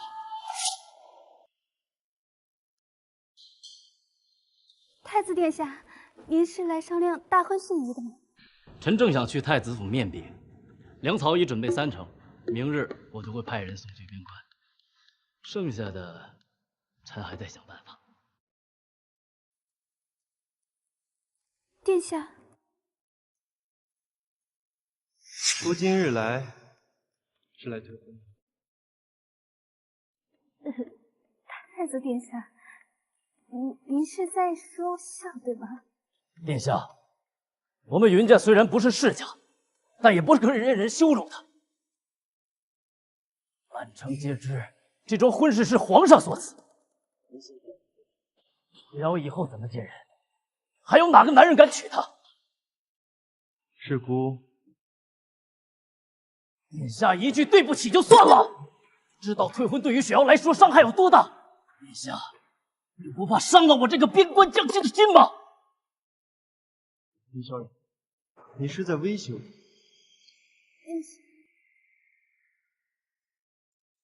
云将军，你让人先带雪儿下去。我要单独和你谈。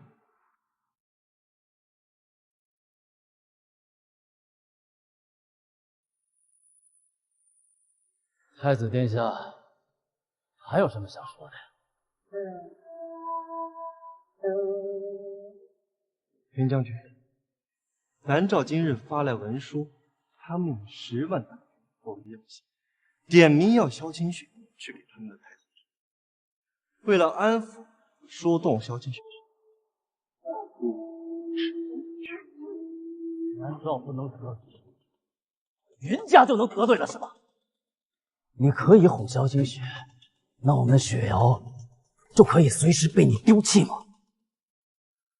萧清雪她冥顽不灵，为了哄她去南诏平息战火，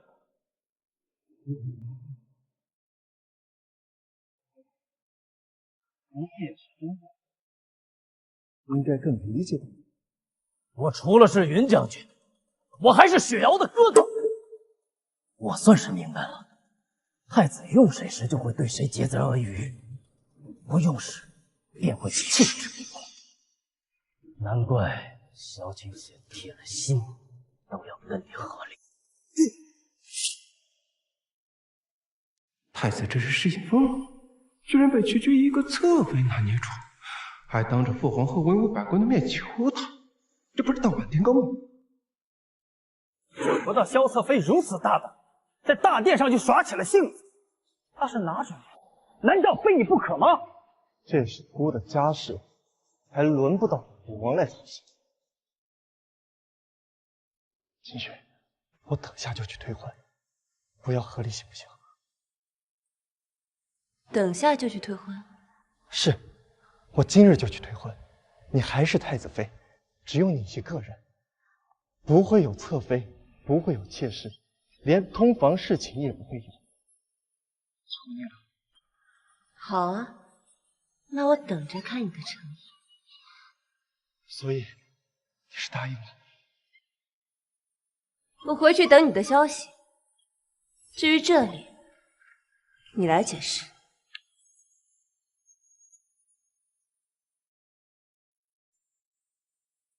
子言，朕赐的婚约，岂容你说退就退？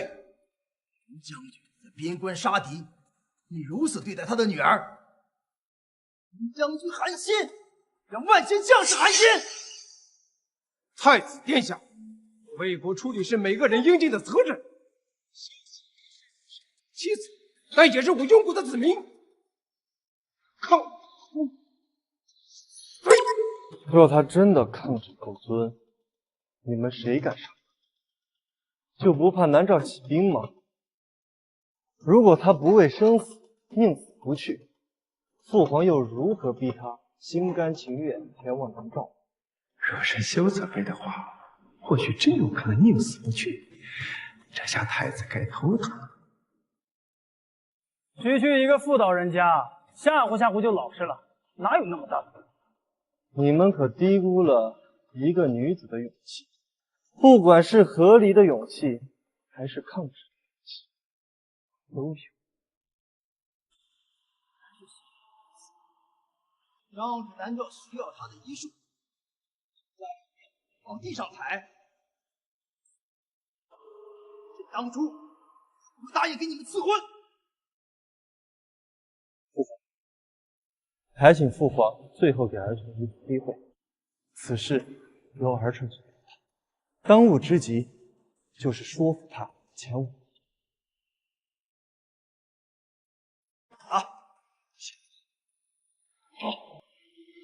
清雪，你为什么要瞒着我？若早知道你的身份，我们何至于此？住嘴！林将军，这是你该对父皇说的话。太子身为储君，谁知道日后登基以后会？而云家居然与你结盟，算是看错人了。云将军，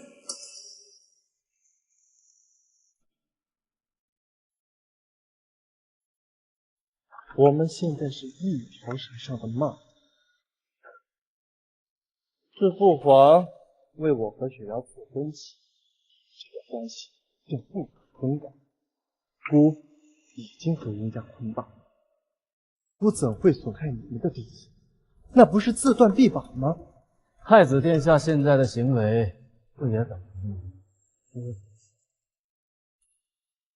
云将军，放心，姑今日只是口头退婚，萧清雪一个表面，实则打算把婚期延后，等南诏之事解决之后，一婚一事。只要退婚，必然会有损雪瑶的名节。刚刚被私婚就闹出了退婚的丑闻，岂不会让人猜忌他犯了什么大错，才会被你们皇室所厌弃？云将军，姑知道此举委屈了雪瑶，将军放心，等此番事了，姑将原定的价格翻到3倍，风风光光迎娶雪瑶入东宫，打破所有的溜言。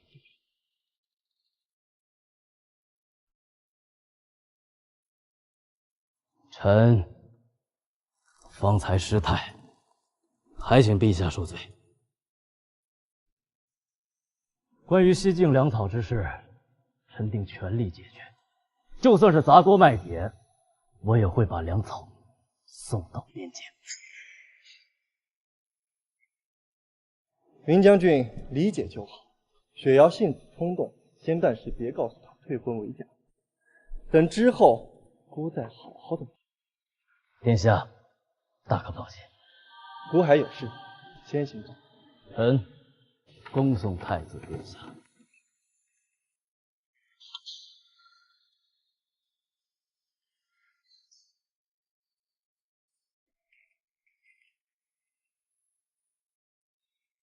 清雪，我有事找你。没空。我说的是正事儿。对我家小姐来说，下棋才是正事儿。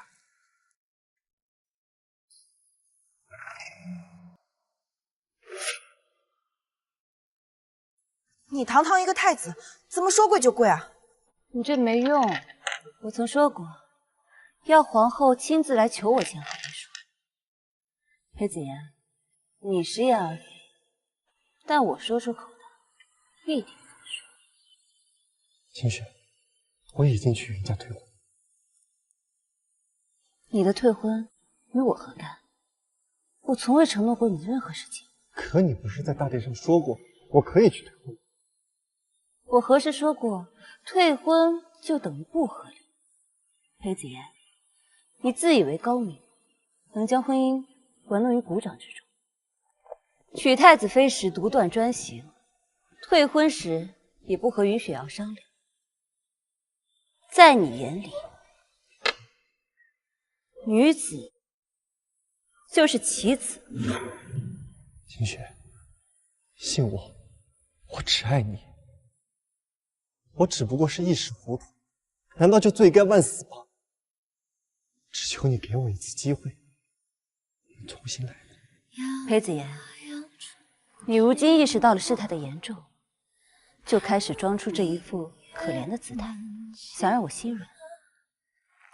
我要是不答应，你是不是还要怪我故意隐瞒身份，才导致你犯的这些错误呀？我家小姐好声好气跟你商议和离的时候，你高高在上，还以为是自己失了恩典似的，现在又做出这副模样给谁看？真是贱得慌。裴子言，你不必惺惺作态，桌上有写好的和离书，你亲笔签字画押，再请凤翼玉玺加持，我就答应去南诏协议。清雪，我不同意。我知道自己有错，我可以改。我们2年感情，你真的不能给我一次机会弥补吗？清雪，一子错，满盘皆输。就算你跪到明天这个时候，我也不会改变主意的。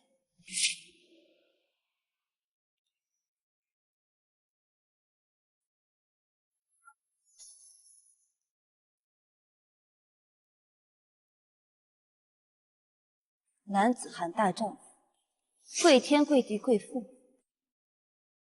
亏他还是个蠢猪，却能轻易弯下他的膝盖，连尊严都能轻易舍弃。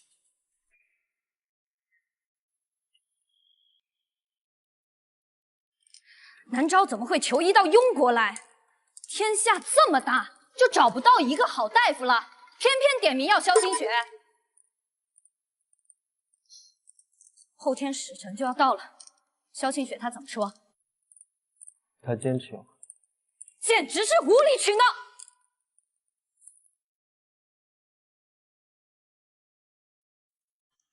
你是怎么想的？儿臣绝对不会叛逆，只要有这层夫妻关系在，无论他是什么身份，做事情必然会有所顾虑。如果和离了，我手里或许你可以使用一些非常手段，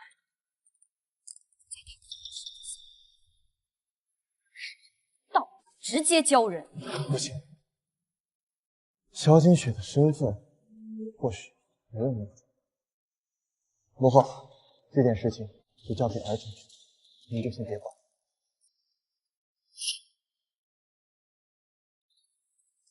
报，据查，四大家族的苏家有个姓萧的漂姑娘，3年前刚刚走失。南诏没有归名为萧清雪的公主或者郡主，当今南诏皇帝的妹妹名为萧启王。她不是南诏公主，她只是范家姻亲家族的女儿。她果然是在制造一个身份尊贵的假象，试图让我父皇主动答应跟她和。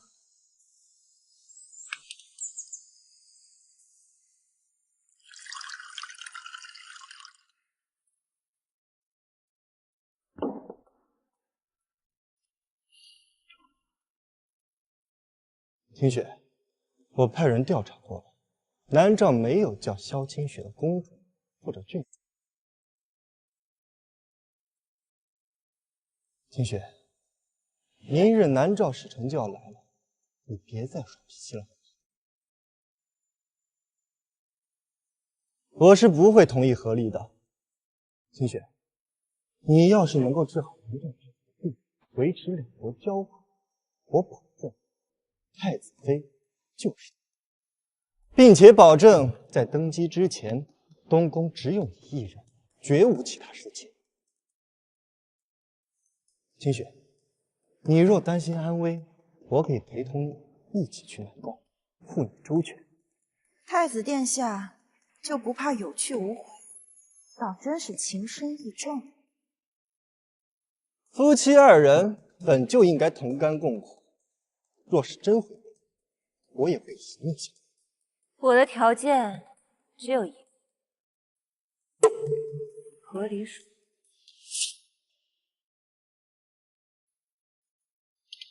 萧清雪，你为何如此冥顽不灵？我为了你都退了云雪瑶的婚，明日南诏使臣将至，你还要闹到什么时候？我家小姐从始至终都没有闹，是你为了笼络云家贬妻为妻，又为了安抚南诏退婚云雪瑶，你做下的这一桩桩一件件，只会让人朝令夕改，取信不得。你个小小的奴婢，也敢义正言辞的教训姑？我这不是教训，是在让你看清现实。如果太子殿下不愿意听实话，那就别在这里碍我们的眼了。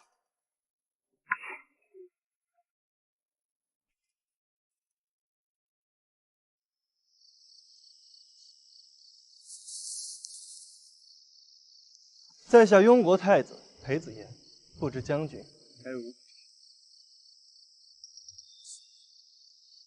齐将军，面圣不宜携带兵器，诸位还需卸甲，步行入宫。请。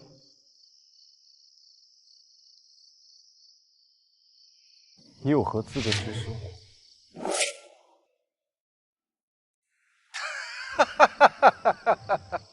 诸位不必过于紧张，就算我们身穿铠甲，携带兵器，也不过区区3000人。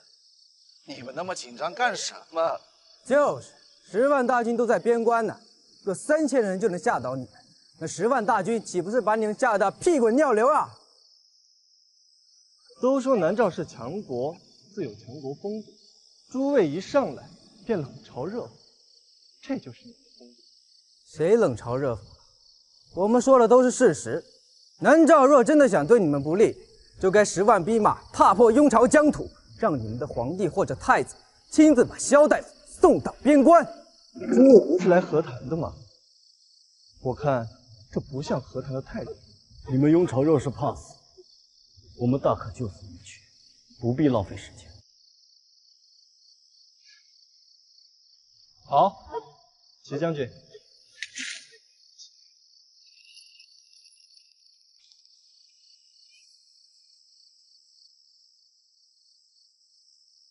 齐将军，诸位将军，赶路辛苦，父皇已备好薄酒，还请诸位随我进宫。请。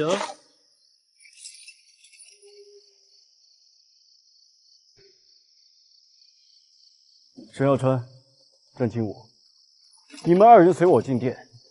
是。你带其他人在殿外候着。是。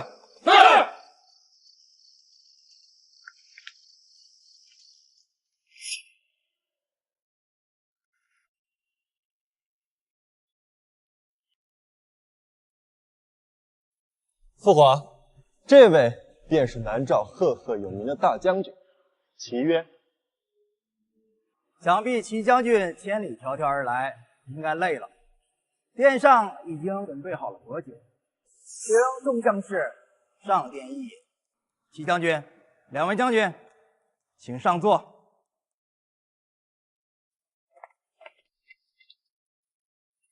陛下，我可不是将军，在下乃是南诏皇商沈家家主，江南首富沈家家主。正是在下。我此次随戚将军一起来，不过是为了以防万一谈不拢，只能以重兵胁迫。在下就负责粮草供应。南诏只是求个大夫罢了，没有那么严重，怎么会谈不拢呢？因为南诏太后病重，能帮的我们定会竭尽全力帮助。瑞王殿下说的可真是轻松啊！不知贵国打算如何帮？自然是把萧大夫送到贵国呀。太子妃是皇族命妇，官家妇人尚且不能独自远行，而贵国却能任由当朝太子妃独自前往他国，为他国太后治病。太后，哎呀，为了治病救人嘛，也没有什么不能破例的。那谁送他去？不知皇帝陛下打算如何安排？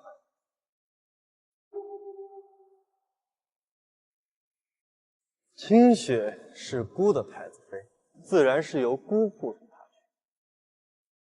去。太子殿下就不怕我们拿你当人质？你们拿我当人质没有意义。我如果死了，朝中还有其他皇子，对庸国的影响微乎甚微，所以使臣们不会做这种毫无意义的事情。太子殿下此言差矣。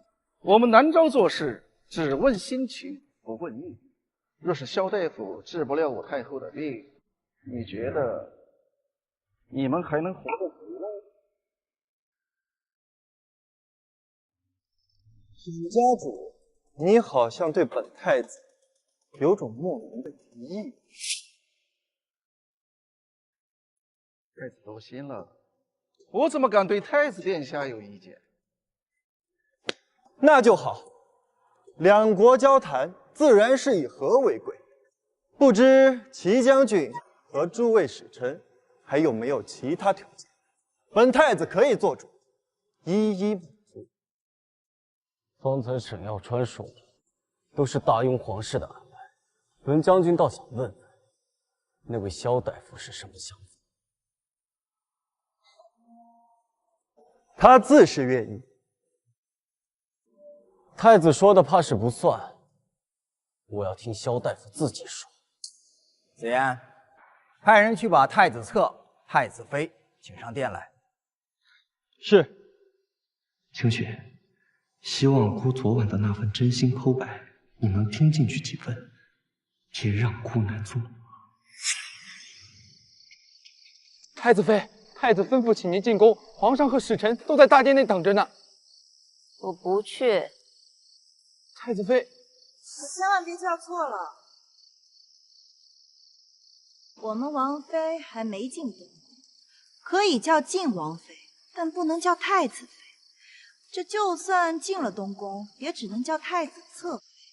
这可是皇上定制的，你要是叫错了，可就是藐视圣旨了。萧侧妃，您还是赶紧进宫吧，要不然奴才可担待不起啊！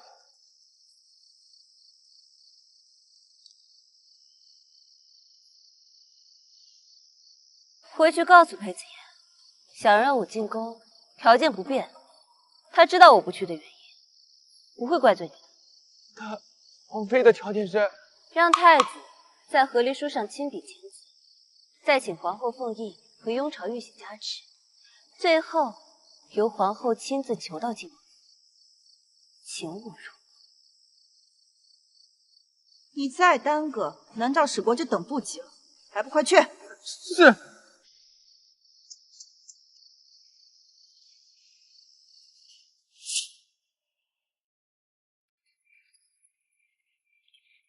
皇上，奴才该死。太子妃呢？太子妃说把气喘匀了再说。她说了什么？晋王妃说要让太子亲自撰写和离书，陛下皇后加盖凤印和玉玺，让太子殿下亲自送到晋王府去，求他出门，他才答应南诏的请求。你没告诉太子妃，南诏使臣在等他。说了，奴才都跪下了。太子妃说，唯有和离。吧，是。太子妃在和太子闹脾气，诸位稍等。子言，你亲自去行吧。是。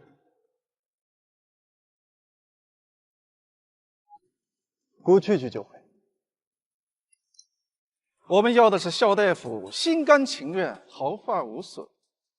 太子殿下最好由着点，别强迫他。毕竟对待女子该有风度。明白。南诏这求医的态度，着实让人看不懂。既然南诏太后叮嘱，难道不该迫使萧清雪心甘情愿前往南诏吗？为什么特意叮嘱我不得让她分毫？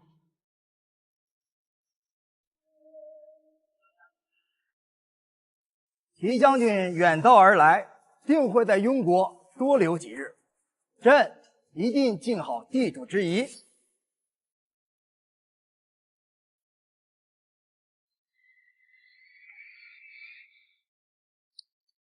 上歌舞。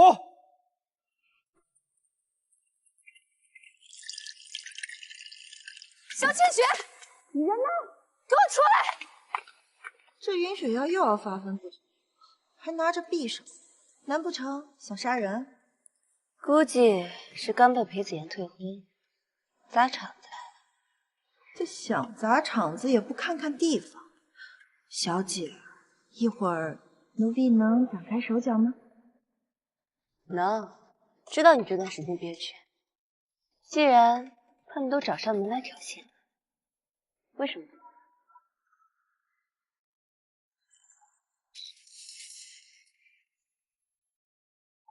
星云的，我家小姐在这里。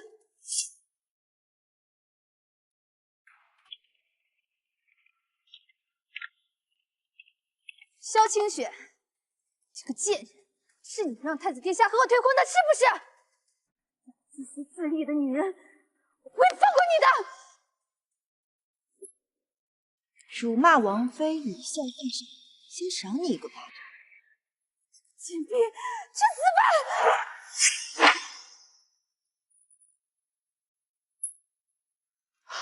骂我该打。萧清雪，明明是你让太子殿下和我退的婚，却让你的婢女也替你出头，难道你这么不愿意面对我吗？打你啊，怕脏了我家小姐的手。我一个奴婢没什么可怕的，有本事啊，冲着我来！你们只要是把她按住，赏她20巴掌，让她成为一等婢女，她月营翻倍。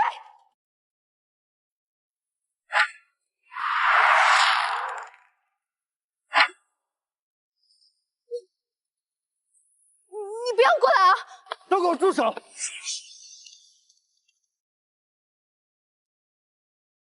云雪瑶，你为什么会在这里？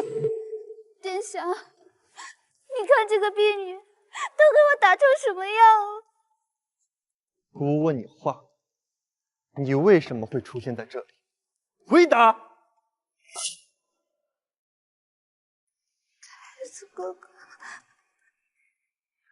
都这个节骨眼上了，你非要折腾一点事端出来，是不是？带着你的婢女滚回去反省思过，1个月之内不许出门。太子殿下，难道您没有看到我被打了吗？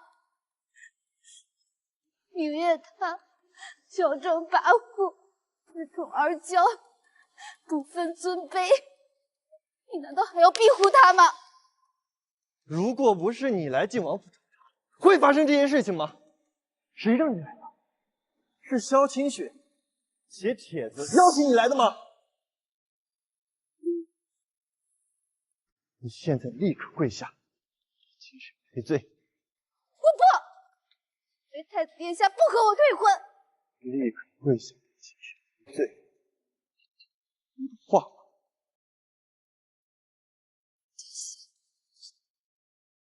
道歉。我不，太子殿下，明明我才是你的太子妃，你为什么会这么对我？都是因为你勾引了太子哥哥，才逼他让他和我退婚，不然他不会这么对我。我帮你。住手！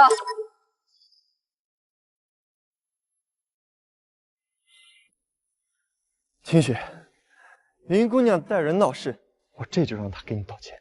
我和云雪瑶确实有过节，但这不是你侮辱她的理由。你没资格。清雪，云雪瑶大闹双雪院，我是在为你解围啊。我用得着你帮我？再说了，云雪瑶之所以恨我，还不是因为你为了巴结云家，不知道暗地里许诺了她什么，又骤然毁约，才导致她闹事的。你才是罪魁祸首。萧清雪，我为了你和云姑娘退婚，又为了你不惜自降身份，亲自为你讨公道，你却把我想得如此卑劣。我从未要求你退婚，是你为了安抚南诏，主动放弃云雪瑶的。就像你当初为了巴结云家，主动背弃和我的诺言一样。裴子言，你就是一个彻头彻尾的伪君子。你，裴子言，是我你的婚。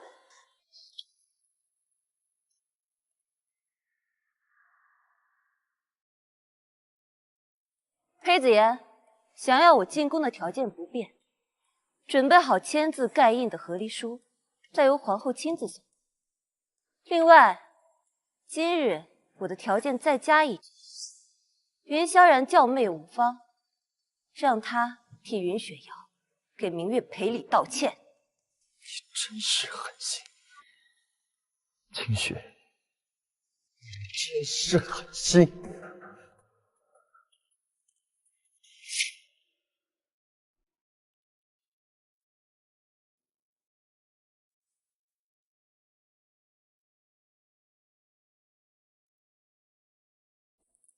萧清雪还是坚持要和离。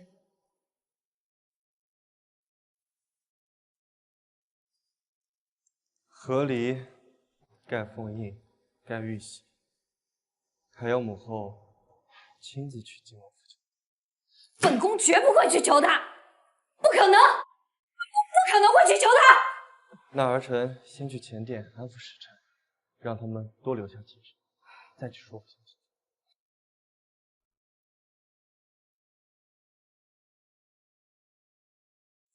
萧清雪这个贱人，简直逼人太甚！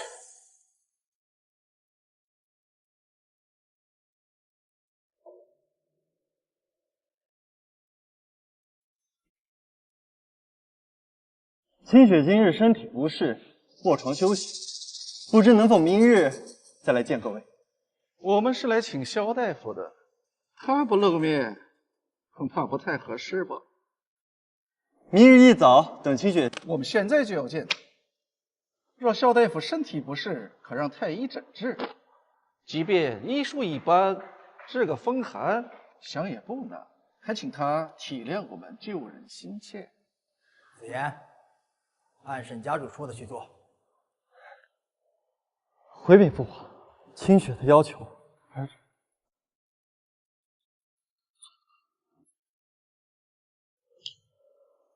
子言，既然他要和离书，成全他便是。救南诏太后才是当务之急。父皇，清雪的要求不成。还有什么要求？当真得寸进尺？皇帝陛下不必动怒，不妨听听太子怎么说。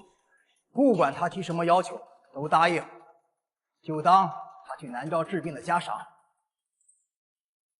清雪想让云将军去给他的婢女明月道歉。啊？又关云萧然什么事儿？儿臣回晋王府时，撞见云雪瑶带婢女持匕首闯入，欲教训。王妃说云将军教导无方，所以必须由他。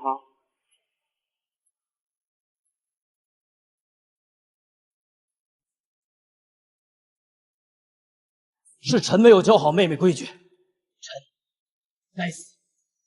这位就是雍朝辅国大将军的儿子，云萧然，云少将军。战将军，你认识萧然？不认识，不过西江修建的那所将军府，规模可不小啊。听说跟东宫似的，养了不少美人吧？云萧然，齐将军说的可是真的？回皇上，臣万万没有。3个月前，本将亲眼所见，辅国将军府少将军的院落里美女如云，难道是本将记错了？难道是我记错？这3个月前还去过西江呢，亲眼看到那所将军府的牌匾上写着“辅国将军府”5个大字，难道是另一位将军所有？云家这是要干什么？边关自立为王吗？皇上，臣父子对天发誓，绝无谋逆之心。臣只是一时糊涂，才当了美人。但那府邸是商家自发筹资所建，说臣的院子容着东宫，纯属污蔑，还请陛下明鉴。父皇，这南诏使臣是在挑拨离间，您切勿轻信。我和云少将军无冤无仇，为何要挑拨离间？若太子殿下不信我，不如派人快马加鞭去边关彻查。父皇，儿臣倒是觉得战将军所说云将军贪腐一事早有迹象。云家负责粮食征集，却里出意外，见边关将军府又超规建造，这分明是挪用军饷啊！求父皇彻查。父皇，尹雪瑶奢靡无度，月后7万3000两，以云家俸禄如何支撑？这其中必有贪腐，恳请圣裁。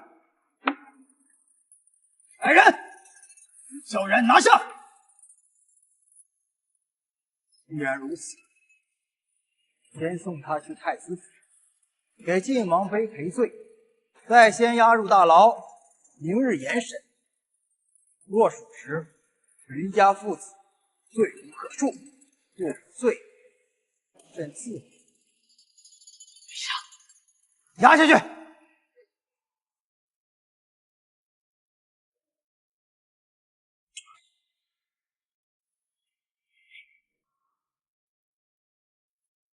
好，萧侧妃还有什么条件？他还要求和离书由儿臣亲自主写，母后盖封印，父皇盖玉玺，还要母后亲自去晋王府送和离书，并且求他。荒唐！母后乃一国之母，怎能求他？时辰不早了，还请陛下和太子尽快做出决定，好让我们尽快把萧大夫带回南诏。不如请将军带上使臣们去驿馆住上一宿。我们没有留宿的打算。今晚戌时之前，我们要接到使臣。齐将军放心，你们必定能按时接到人。皇上驾到！参见陛下。荒唐！南诏此次是有备而来，他们了解萧大夫请南诏的态度非常坚决，根本不估计多少时间考虑。尽管戌时之前，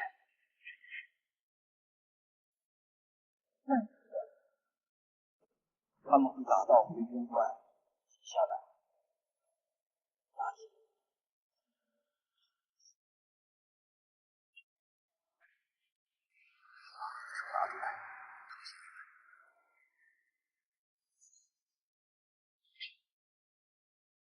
儿臣不能再小姐说什么？小姐兄，中国两国的边关粮草都是他的，所以从他提出和离后，您萧然筹集粮草的事，不可能，她一个小小的医女，哪来那么大本事？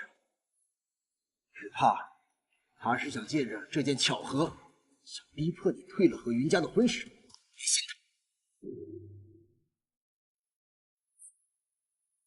没有别的想法，是倘若不交出萧天府，南诏重兵压境，我们根本没有御敌的能力。难道你想眼睁睁地看着庸国和两国同时交战，腹背受敌吗？若当日父皇要给我赐婚时，我若坚决不同意，今日是不是就不必面对这样进退两难的困境？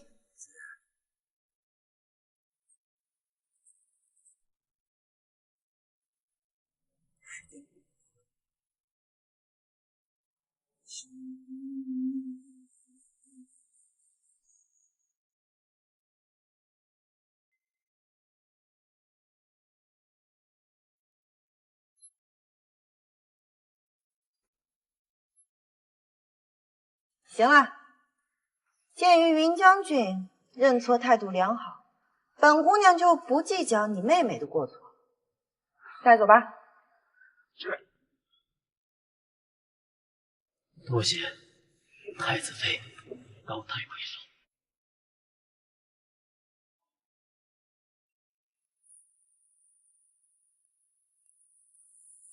皇后銮驾已到，请萧侧妃出去迎接。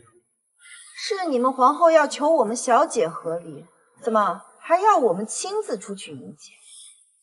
让她回宫吧，今天小姐没空。除了皇后和太子，其他人都在幕后里。我这地方小，容不下那么多人。就算是本宫有求而来，但身份上依然是尊卑有别。怎么连一点规矩都不懂？今天是你来求我们小姐和离，求字是什么意思？皇后娘娘不明白，难道还要我们三跪九叩啊？放肆！皇后娘娘若是来摆架子的，这和离书就不必前来。唉，我身子不实，这南诏使臣另请高明。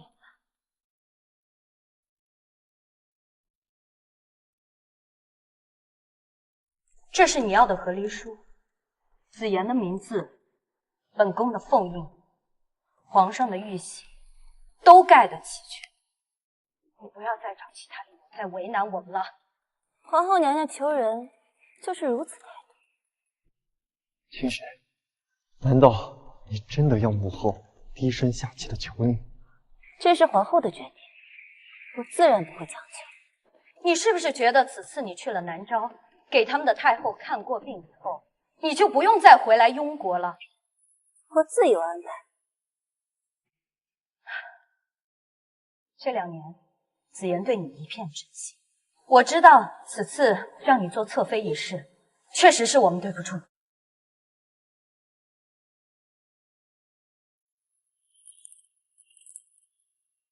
求你答应和子怡和离，跟随南诏使臣一同前往南诏国，给他们的太后娘娘治病，还2国边关一个安宁，还百姓一个安宁。明月，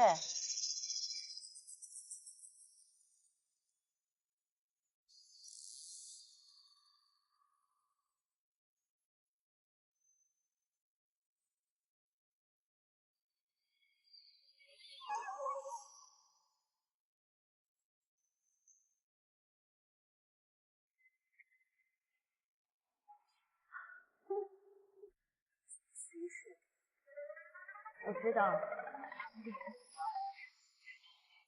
皇后娘娘说这些事情，我对谁适合做太子毫无。从子言一路走来不容易，本宫知道你心里还有他。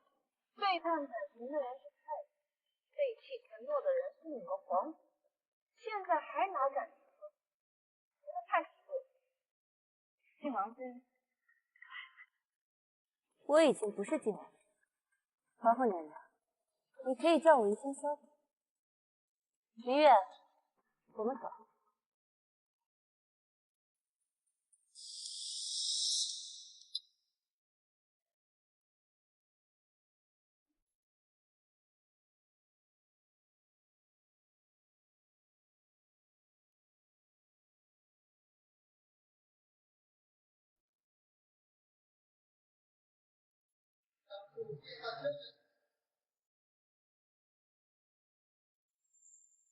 臣子许渊参见长公主殿下。殿下千岁千岁千千岁。参见长公主，殿下千岁千岁千千岁。齐皇长公主，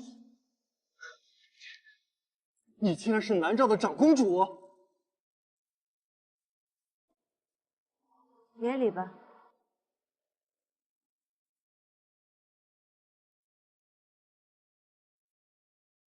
这些日子，太子殿下和皇后娘娘费心了。我是南诏长公主，当今天子的胞妹，真名萧齐皇。昭天子的胞妹萧齐皇。我隐瞒身份3年，给贵国带来诸多不便，请诸位多多包涵。南诏使臣是为我而来，若有得罪之处，也请诸位。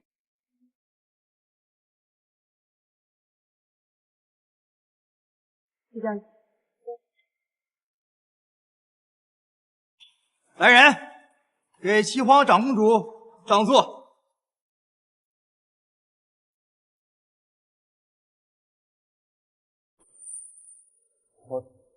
清雪，放肆！这里没有什么清雪，这里只有南诏长公主萧齐皇。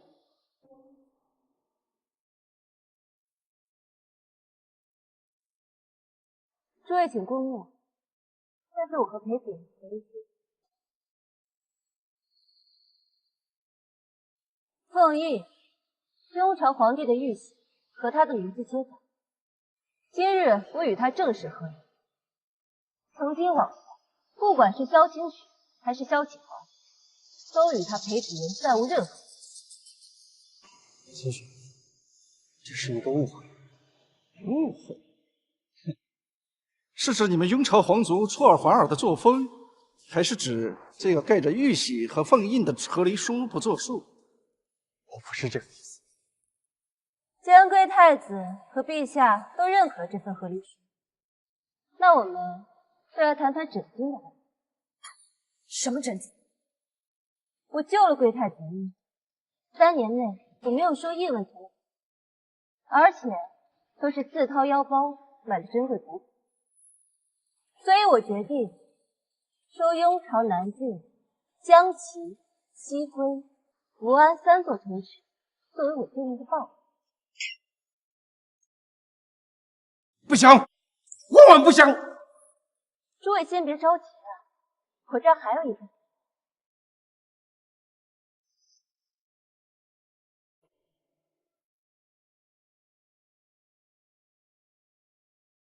这是这2年开始，我们长公主为贵太子之喜，耗尽珍稀药材800万，还暗中提供给你们西境边关的粮食军需1000万两，折合成银两共计1800万两白银。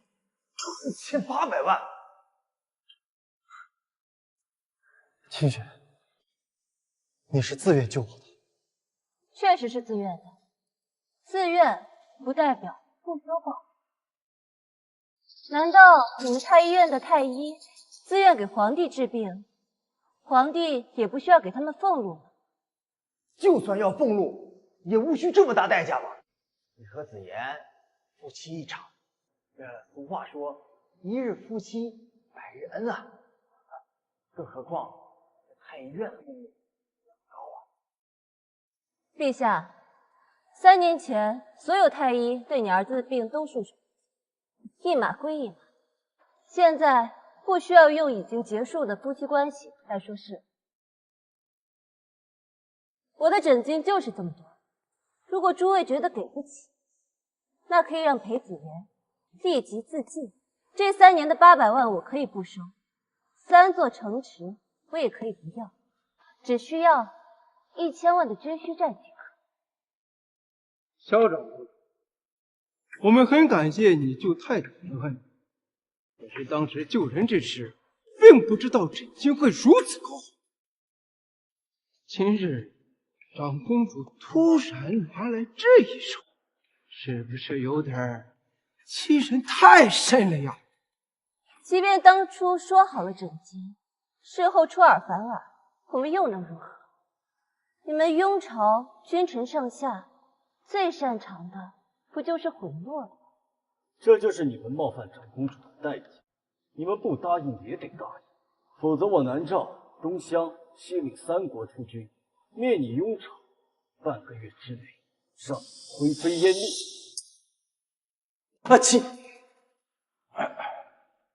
齐将军，凡事好商量。没得商量。你们京城卫女对殿下的态度，这3天翻脸无情的事实，我们都清清楚楚，不用解释，也不必反。眼下你们只需要好好算一算，3军合力灭雍朝，需要多少时日就行。别冲动，我们。齐雪，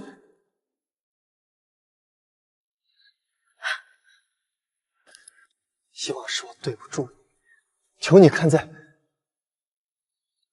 清雪，雍国的百姓是无辜的，求你。我已经往回，若你们履约照做，我们便不会伤害3城百姓的一根毫发，并且会把他们当作是自己，和南诏子民同样重要。这3座城池是雍朝要塞，若你们拿去了，雍朝南边再无防守，你们若想攻打我们，岂非易如反掌？如果你们不给，不用以后，半个月之内，南诏和东乡的兵马就会兵临城下，你自己考虑。齐将军，你对南诏的战力就如此自信吗？我们雍朝是不敌你们南诏，但若是2国真的打起来，伤亡惨重的可不仅仅是我们雍朝的士兵和百姓，你们南诏也同样会遭受损伤。本将军的3000铁骑，不敢说可敌你10万大军，那杀你个3、5万人还是绰绰有余。你若不信，现在就可以试一试。并非是此意，我的意思是，其实两国并没有什么深仇大恨。况且，南诏长公主和雍朝太子又是两情相悦，那为何不结两国之好，让长公主做我朝的太子妃，以后母仪天下呢？诸位不是口口声声说我们殿下一个医女不配做太子妃，怎么现在又要上赶着让我们长公主母仪天下？这不是自己给自己耳光吗？我倒是觉得魏王的提议还不错。若是两国真能联姻结盟，任何要求都可以提，哪怕是我立刻退位，让太子即刻登基，清雪晋升皇后也可。任何条件都可以提，那我可就不客气了。我要你们让太子即刻登基为帝，带着雍朝江山做嫁妆，入赘我们南诏，做我们女皇陛下的18房侧夫。不知皇上意下如何？岂有此理！一人太甚。这可不是你们说的，哪个帝王没有3宫6院啊？我们殿下回南诏可是要登基做天子，让裴子言做侧夫，不算委屈了他吧？一个女子如何做天子？从雍朝到东乡、西陵，都从未有女子登基的先例。你们怕不是在说笑吧？唉，早就知道你们是一群井底之蛙，也不怪你们无知了。时辰不早了，诸位还无决策吗？贵国的要求实在匪夷所思，需容后再议。不如各位去驿馆休息一宿，明日再谈。今日之事为何要拖到明日？别说我们不讲情面，现在给你们的选择有2个：一是1800万两和3座城池；二是新帝带着雍朝江山入赘，成为南诏附属国，从此每年朝贡。皇帝陛下选一个。希望贵国尽早做出决定，把条约给签了。明日一早我们便启程回南诏，这样还能给你们省下一笔设宴的银子。还有第3种方法吧？方才长公主也说了，只要太子殿下自尽，就可以减免3座城池和800万陈金。武王，你在胡说什么？你敢让太子自尽？娘娘，这一切都是因为太子殿下而起，他就该承受背后记忆的后果。你还想让他带着3座城池入赘南诏吗？国王说的没错，一切都由太子而起，就该由太子自己解决。百人之间，除给太子交由萧长公主主持，就可以免除朕款项。都给我住嘴！你们一个个肖想太子职位已久，恨不得借南诏之手除掉。太子多虑了。目前来看的话，即使没有我们，你这个储君之位也做不得。太子靠女人的裙带，现如今这个裙带关系都没有围好，还要我们冒着生命危险给你擦屁股，真是难干大为。臣觉得武王罪王言之有理，长公主对太子殿下有救命之恩。当年太子已是药石罔效，是长公主救了他。不管发生什么，太子不应该辜负了。身为储君，连自己承诺都做不到，来日若成新帝，臣等如何相信他不会出尔反尔？对，云少将军贪墨军饷，纵容其妹奢靡，云雪瑶也并非合格的太子妃。太子即使要笼络武将，也不应该选择这样的女子，丢尽了皇家颜面。你们一个个盼着姑被废掉，不可能！姑是嫡长子，是永远的太子。住口！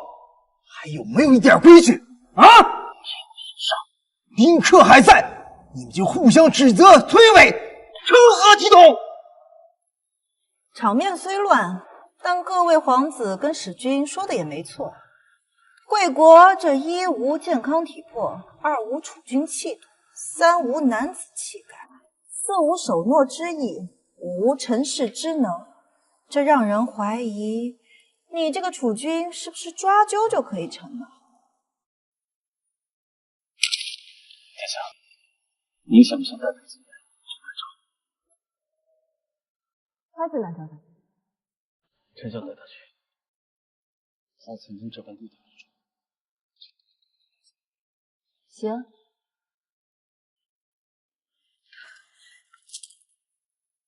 陛下，储君是皇室的尊严，如果连储君都能交给旁人处置，那以后哪个国家都会低看我们一眼。求皇上三思。皇后，此事朕心中已有决断，无需你操心，回去休息吧。所以陛下是决定牺牲子言了吗？这是子言自己的债，自该他来补偿啊！小七皇说的对，人心果然经不起考验。即便贵为天子，面对权力，也只会舍弃妻儿。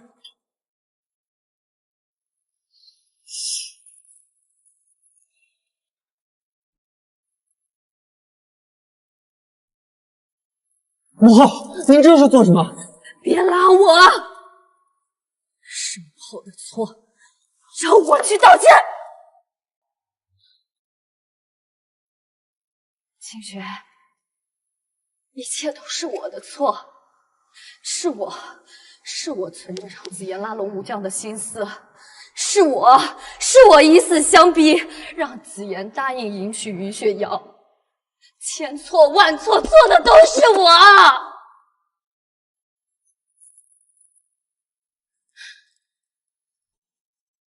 只要你肯原谅子言，我愿意以死谢罪。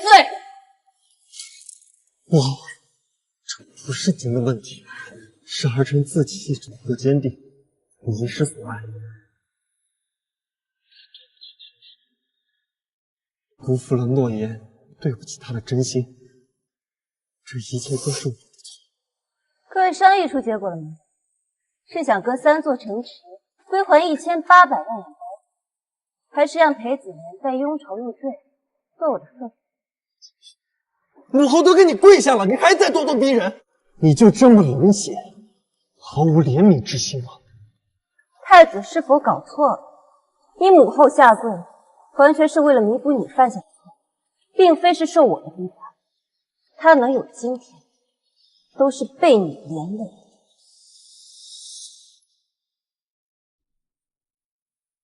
好了，子言，别吵了。长公主的要求，容朕和百官商议之后再给回答。你们只有半个时辰，半个时辰后给诸位答复。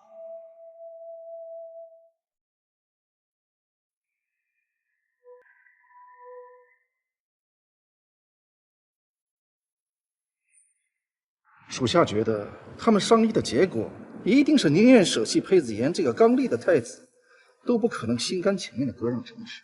不管他们愿不愿意，结果都不是他们能说了算。于萧然被夏玉的消息放出去了，保证直接送到云宝城和他的心腹将领们面前。云宝城要是知道自己的宝贝儿子被下狱，必定情绪不稳，动摇军心。若是我们想达到最终目的，还得给司令传个信，制造一个停战的结果。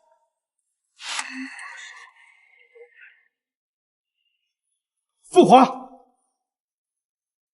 如今所有症结都在太子殿下身上，此时就应该让太子全权善后。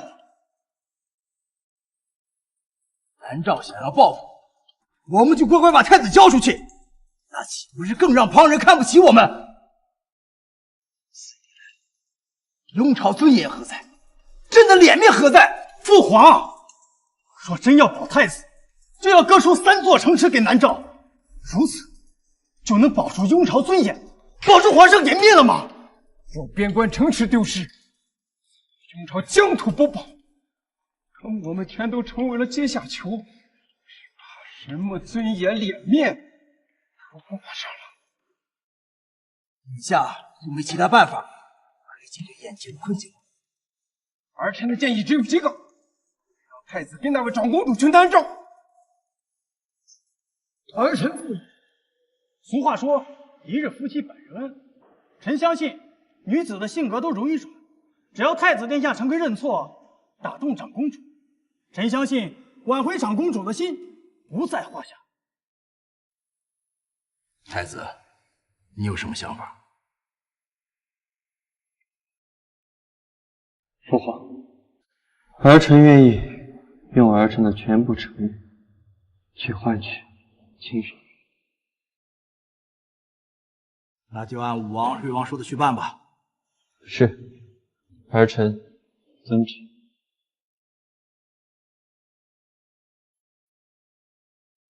清雪，如果我愿意赎罪，愿意有行动，求得你的原谅，你是否能看在往日情分上，网开一面？长公主身份尊贵，你还不配站着跟她说话，已经求你的规矩。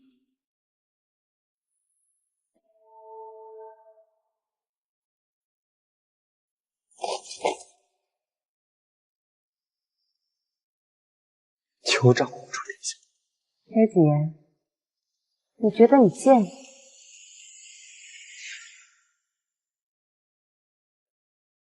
贱。你但凡还有一点骨气，就不应该来求你，你应该继续维持你的高傲的姿态。毕竟你一贯理直气壮，从来都不觉得。千错万错，都是我的错。只要长公主能给我一个弥补的机会。若太子真的想弥补，也不是不行，因为我各退一步，你也无需带着整个雍朝入赘，边关那3座城池就当做是你的嫁妆。来到南诏之后，我封你个妾室的日子，如何呢？妾室。能给殿下做18房妾室是你的荣幸，裴子言，你现在别无所谓，你施加给别人身上所有的一切，你自己理当全盘接受。我答应，只求长公主能够放过母后和雍。很好。魏国太子赔罪的诚意十足。我们殿下心软，愿意退让一步。裴太子无需携整个雍朝入赘，只需带江齐、西归和福安3座边关城池与1000万军需债即可。但还有个条件。请说。裴太子此次必须跟我们回南诏，不是做侧夫，而是18房妾室。这样的退让程度，我相信皇帝陛下和诸位应该都没意见。你们所剩下的时间已经不多了，请尽快做决定。如果我们答应，那么贵国是否可以保证不对我们雍国独立？不能。若是你们雍国挑衅我，或是你们太子不该做的事情，南诏随时凭证。好，我们不会挑衅南诏。至于太子，应该也不会做出不该做的事情。我们只想要和平，和平。殿下，您觉得？那就依你们而行。裴子言带3座城池作为嫁妆入赘南诏，1年之内归还1000万的军需债，南诏可以保证1年内不对雍朝动武。若太子在南诏安分守己，表现得令人满意，那3、5年之内，南诏和雍朝也可以围城。父皇，此事确实是太子理亏在先，儿臣以为可以答应南诏的条件。若是哪天太子用真诚挽回了长公主的心，说不定以后两国还真能成为姻亲王国。子言，你说呢？我愿意，儿臣愿意放弃太子身份，去南诏赎罪。从此将其西归和福安3座城池归我们南诏所有，请你们的兵马尽快退出。我们会重新安排我南诏官员辖管这3城。请沈家主放心，我们一定会尽快安排官员兵马撤出。还有，裴子言去南诏是做妾事，时间不限，1年之内，我南诏不对你们雍朝用武。当然，前提是你们雍朝安分守己，还有你们的太子殿下在我南诏也安分守己。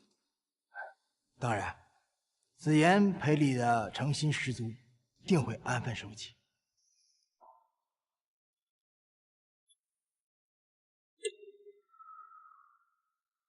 经过一夜商议，朕与南诏使团达成协议，让子言携3座城池，以长公主18房妾室的身份。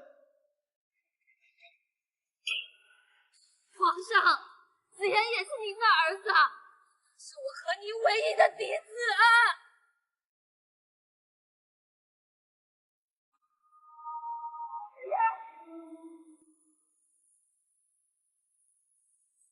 长公主，放过我的儿！快，皇后夫妻收信。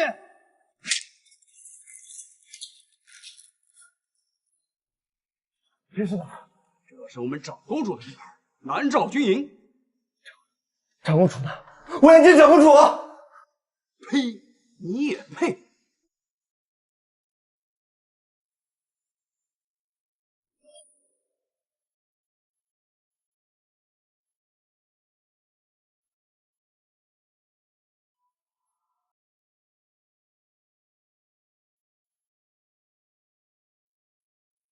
恭迎长公主殿下回国。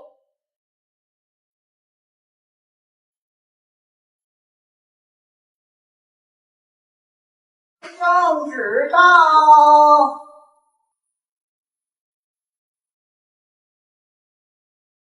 长公主舟车劳顿，可还接得了圣旨？臣妹接旨。奉天承运，皇帝诏曰：亲皇长公主萧齐皇收复边境3城，白银1000两，定国安邦，战功卓著，册为皇太女。钦此。谢皇兄，臣妹定不负皇兄圣望。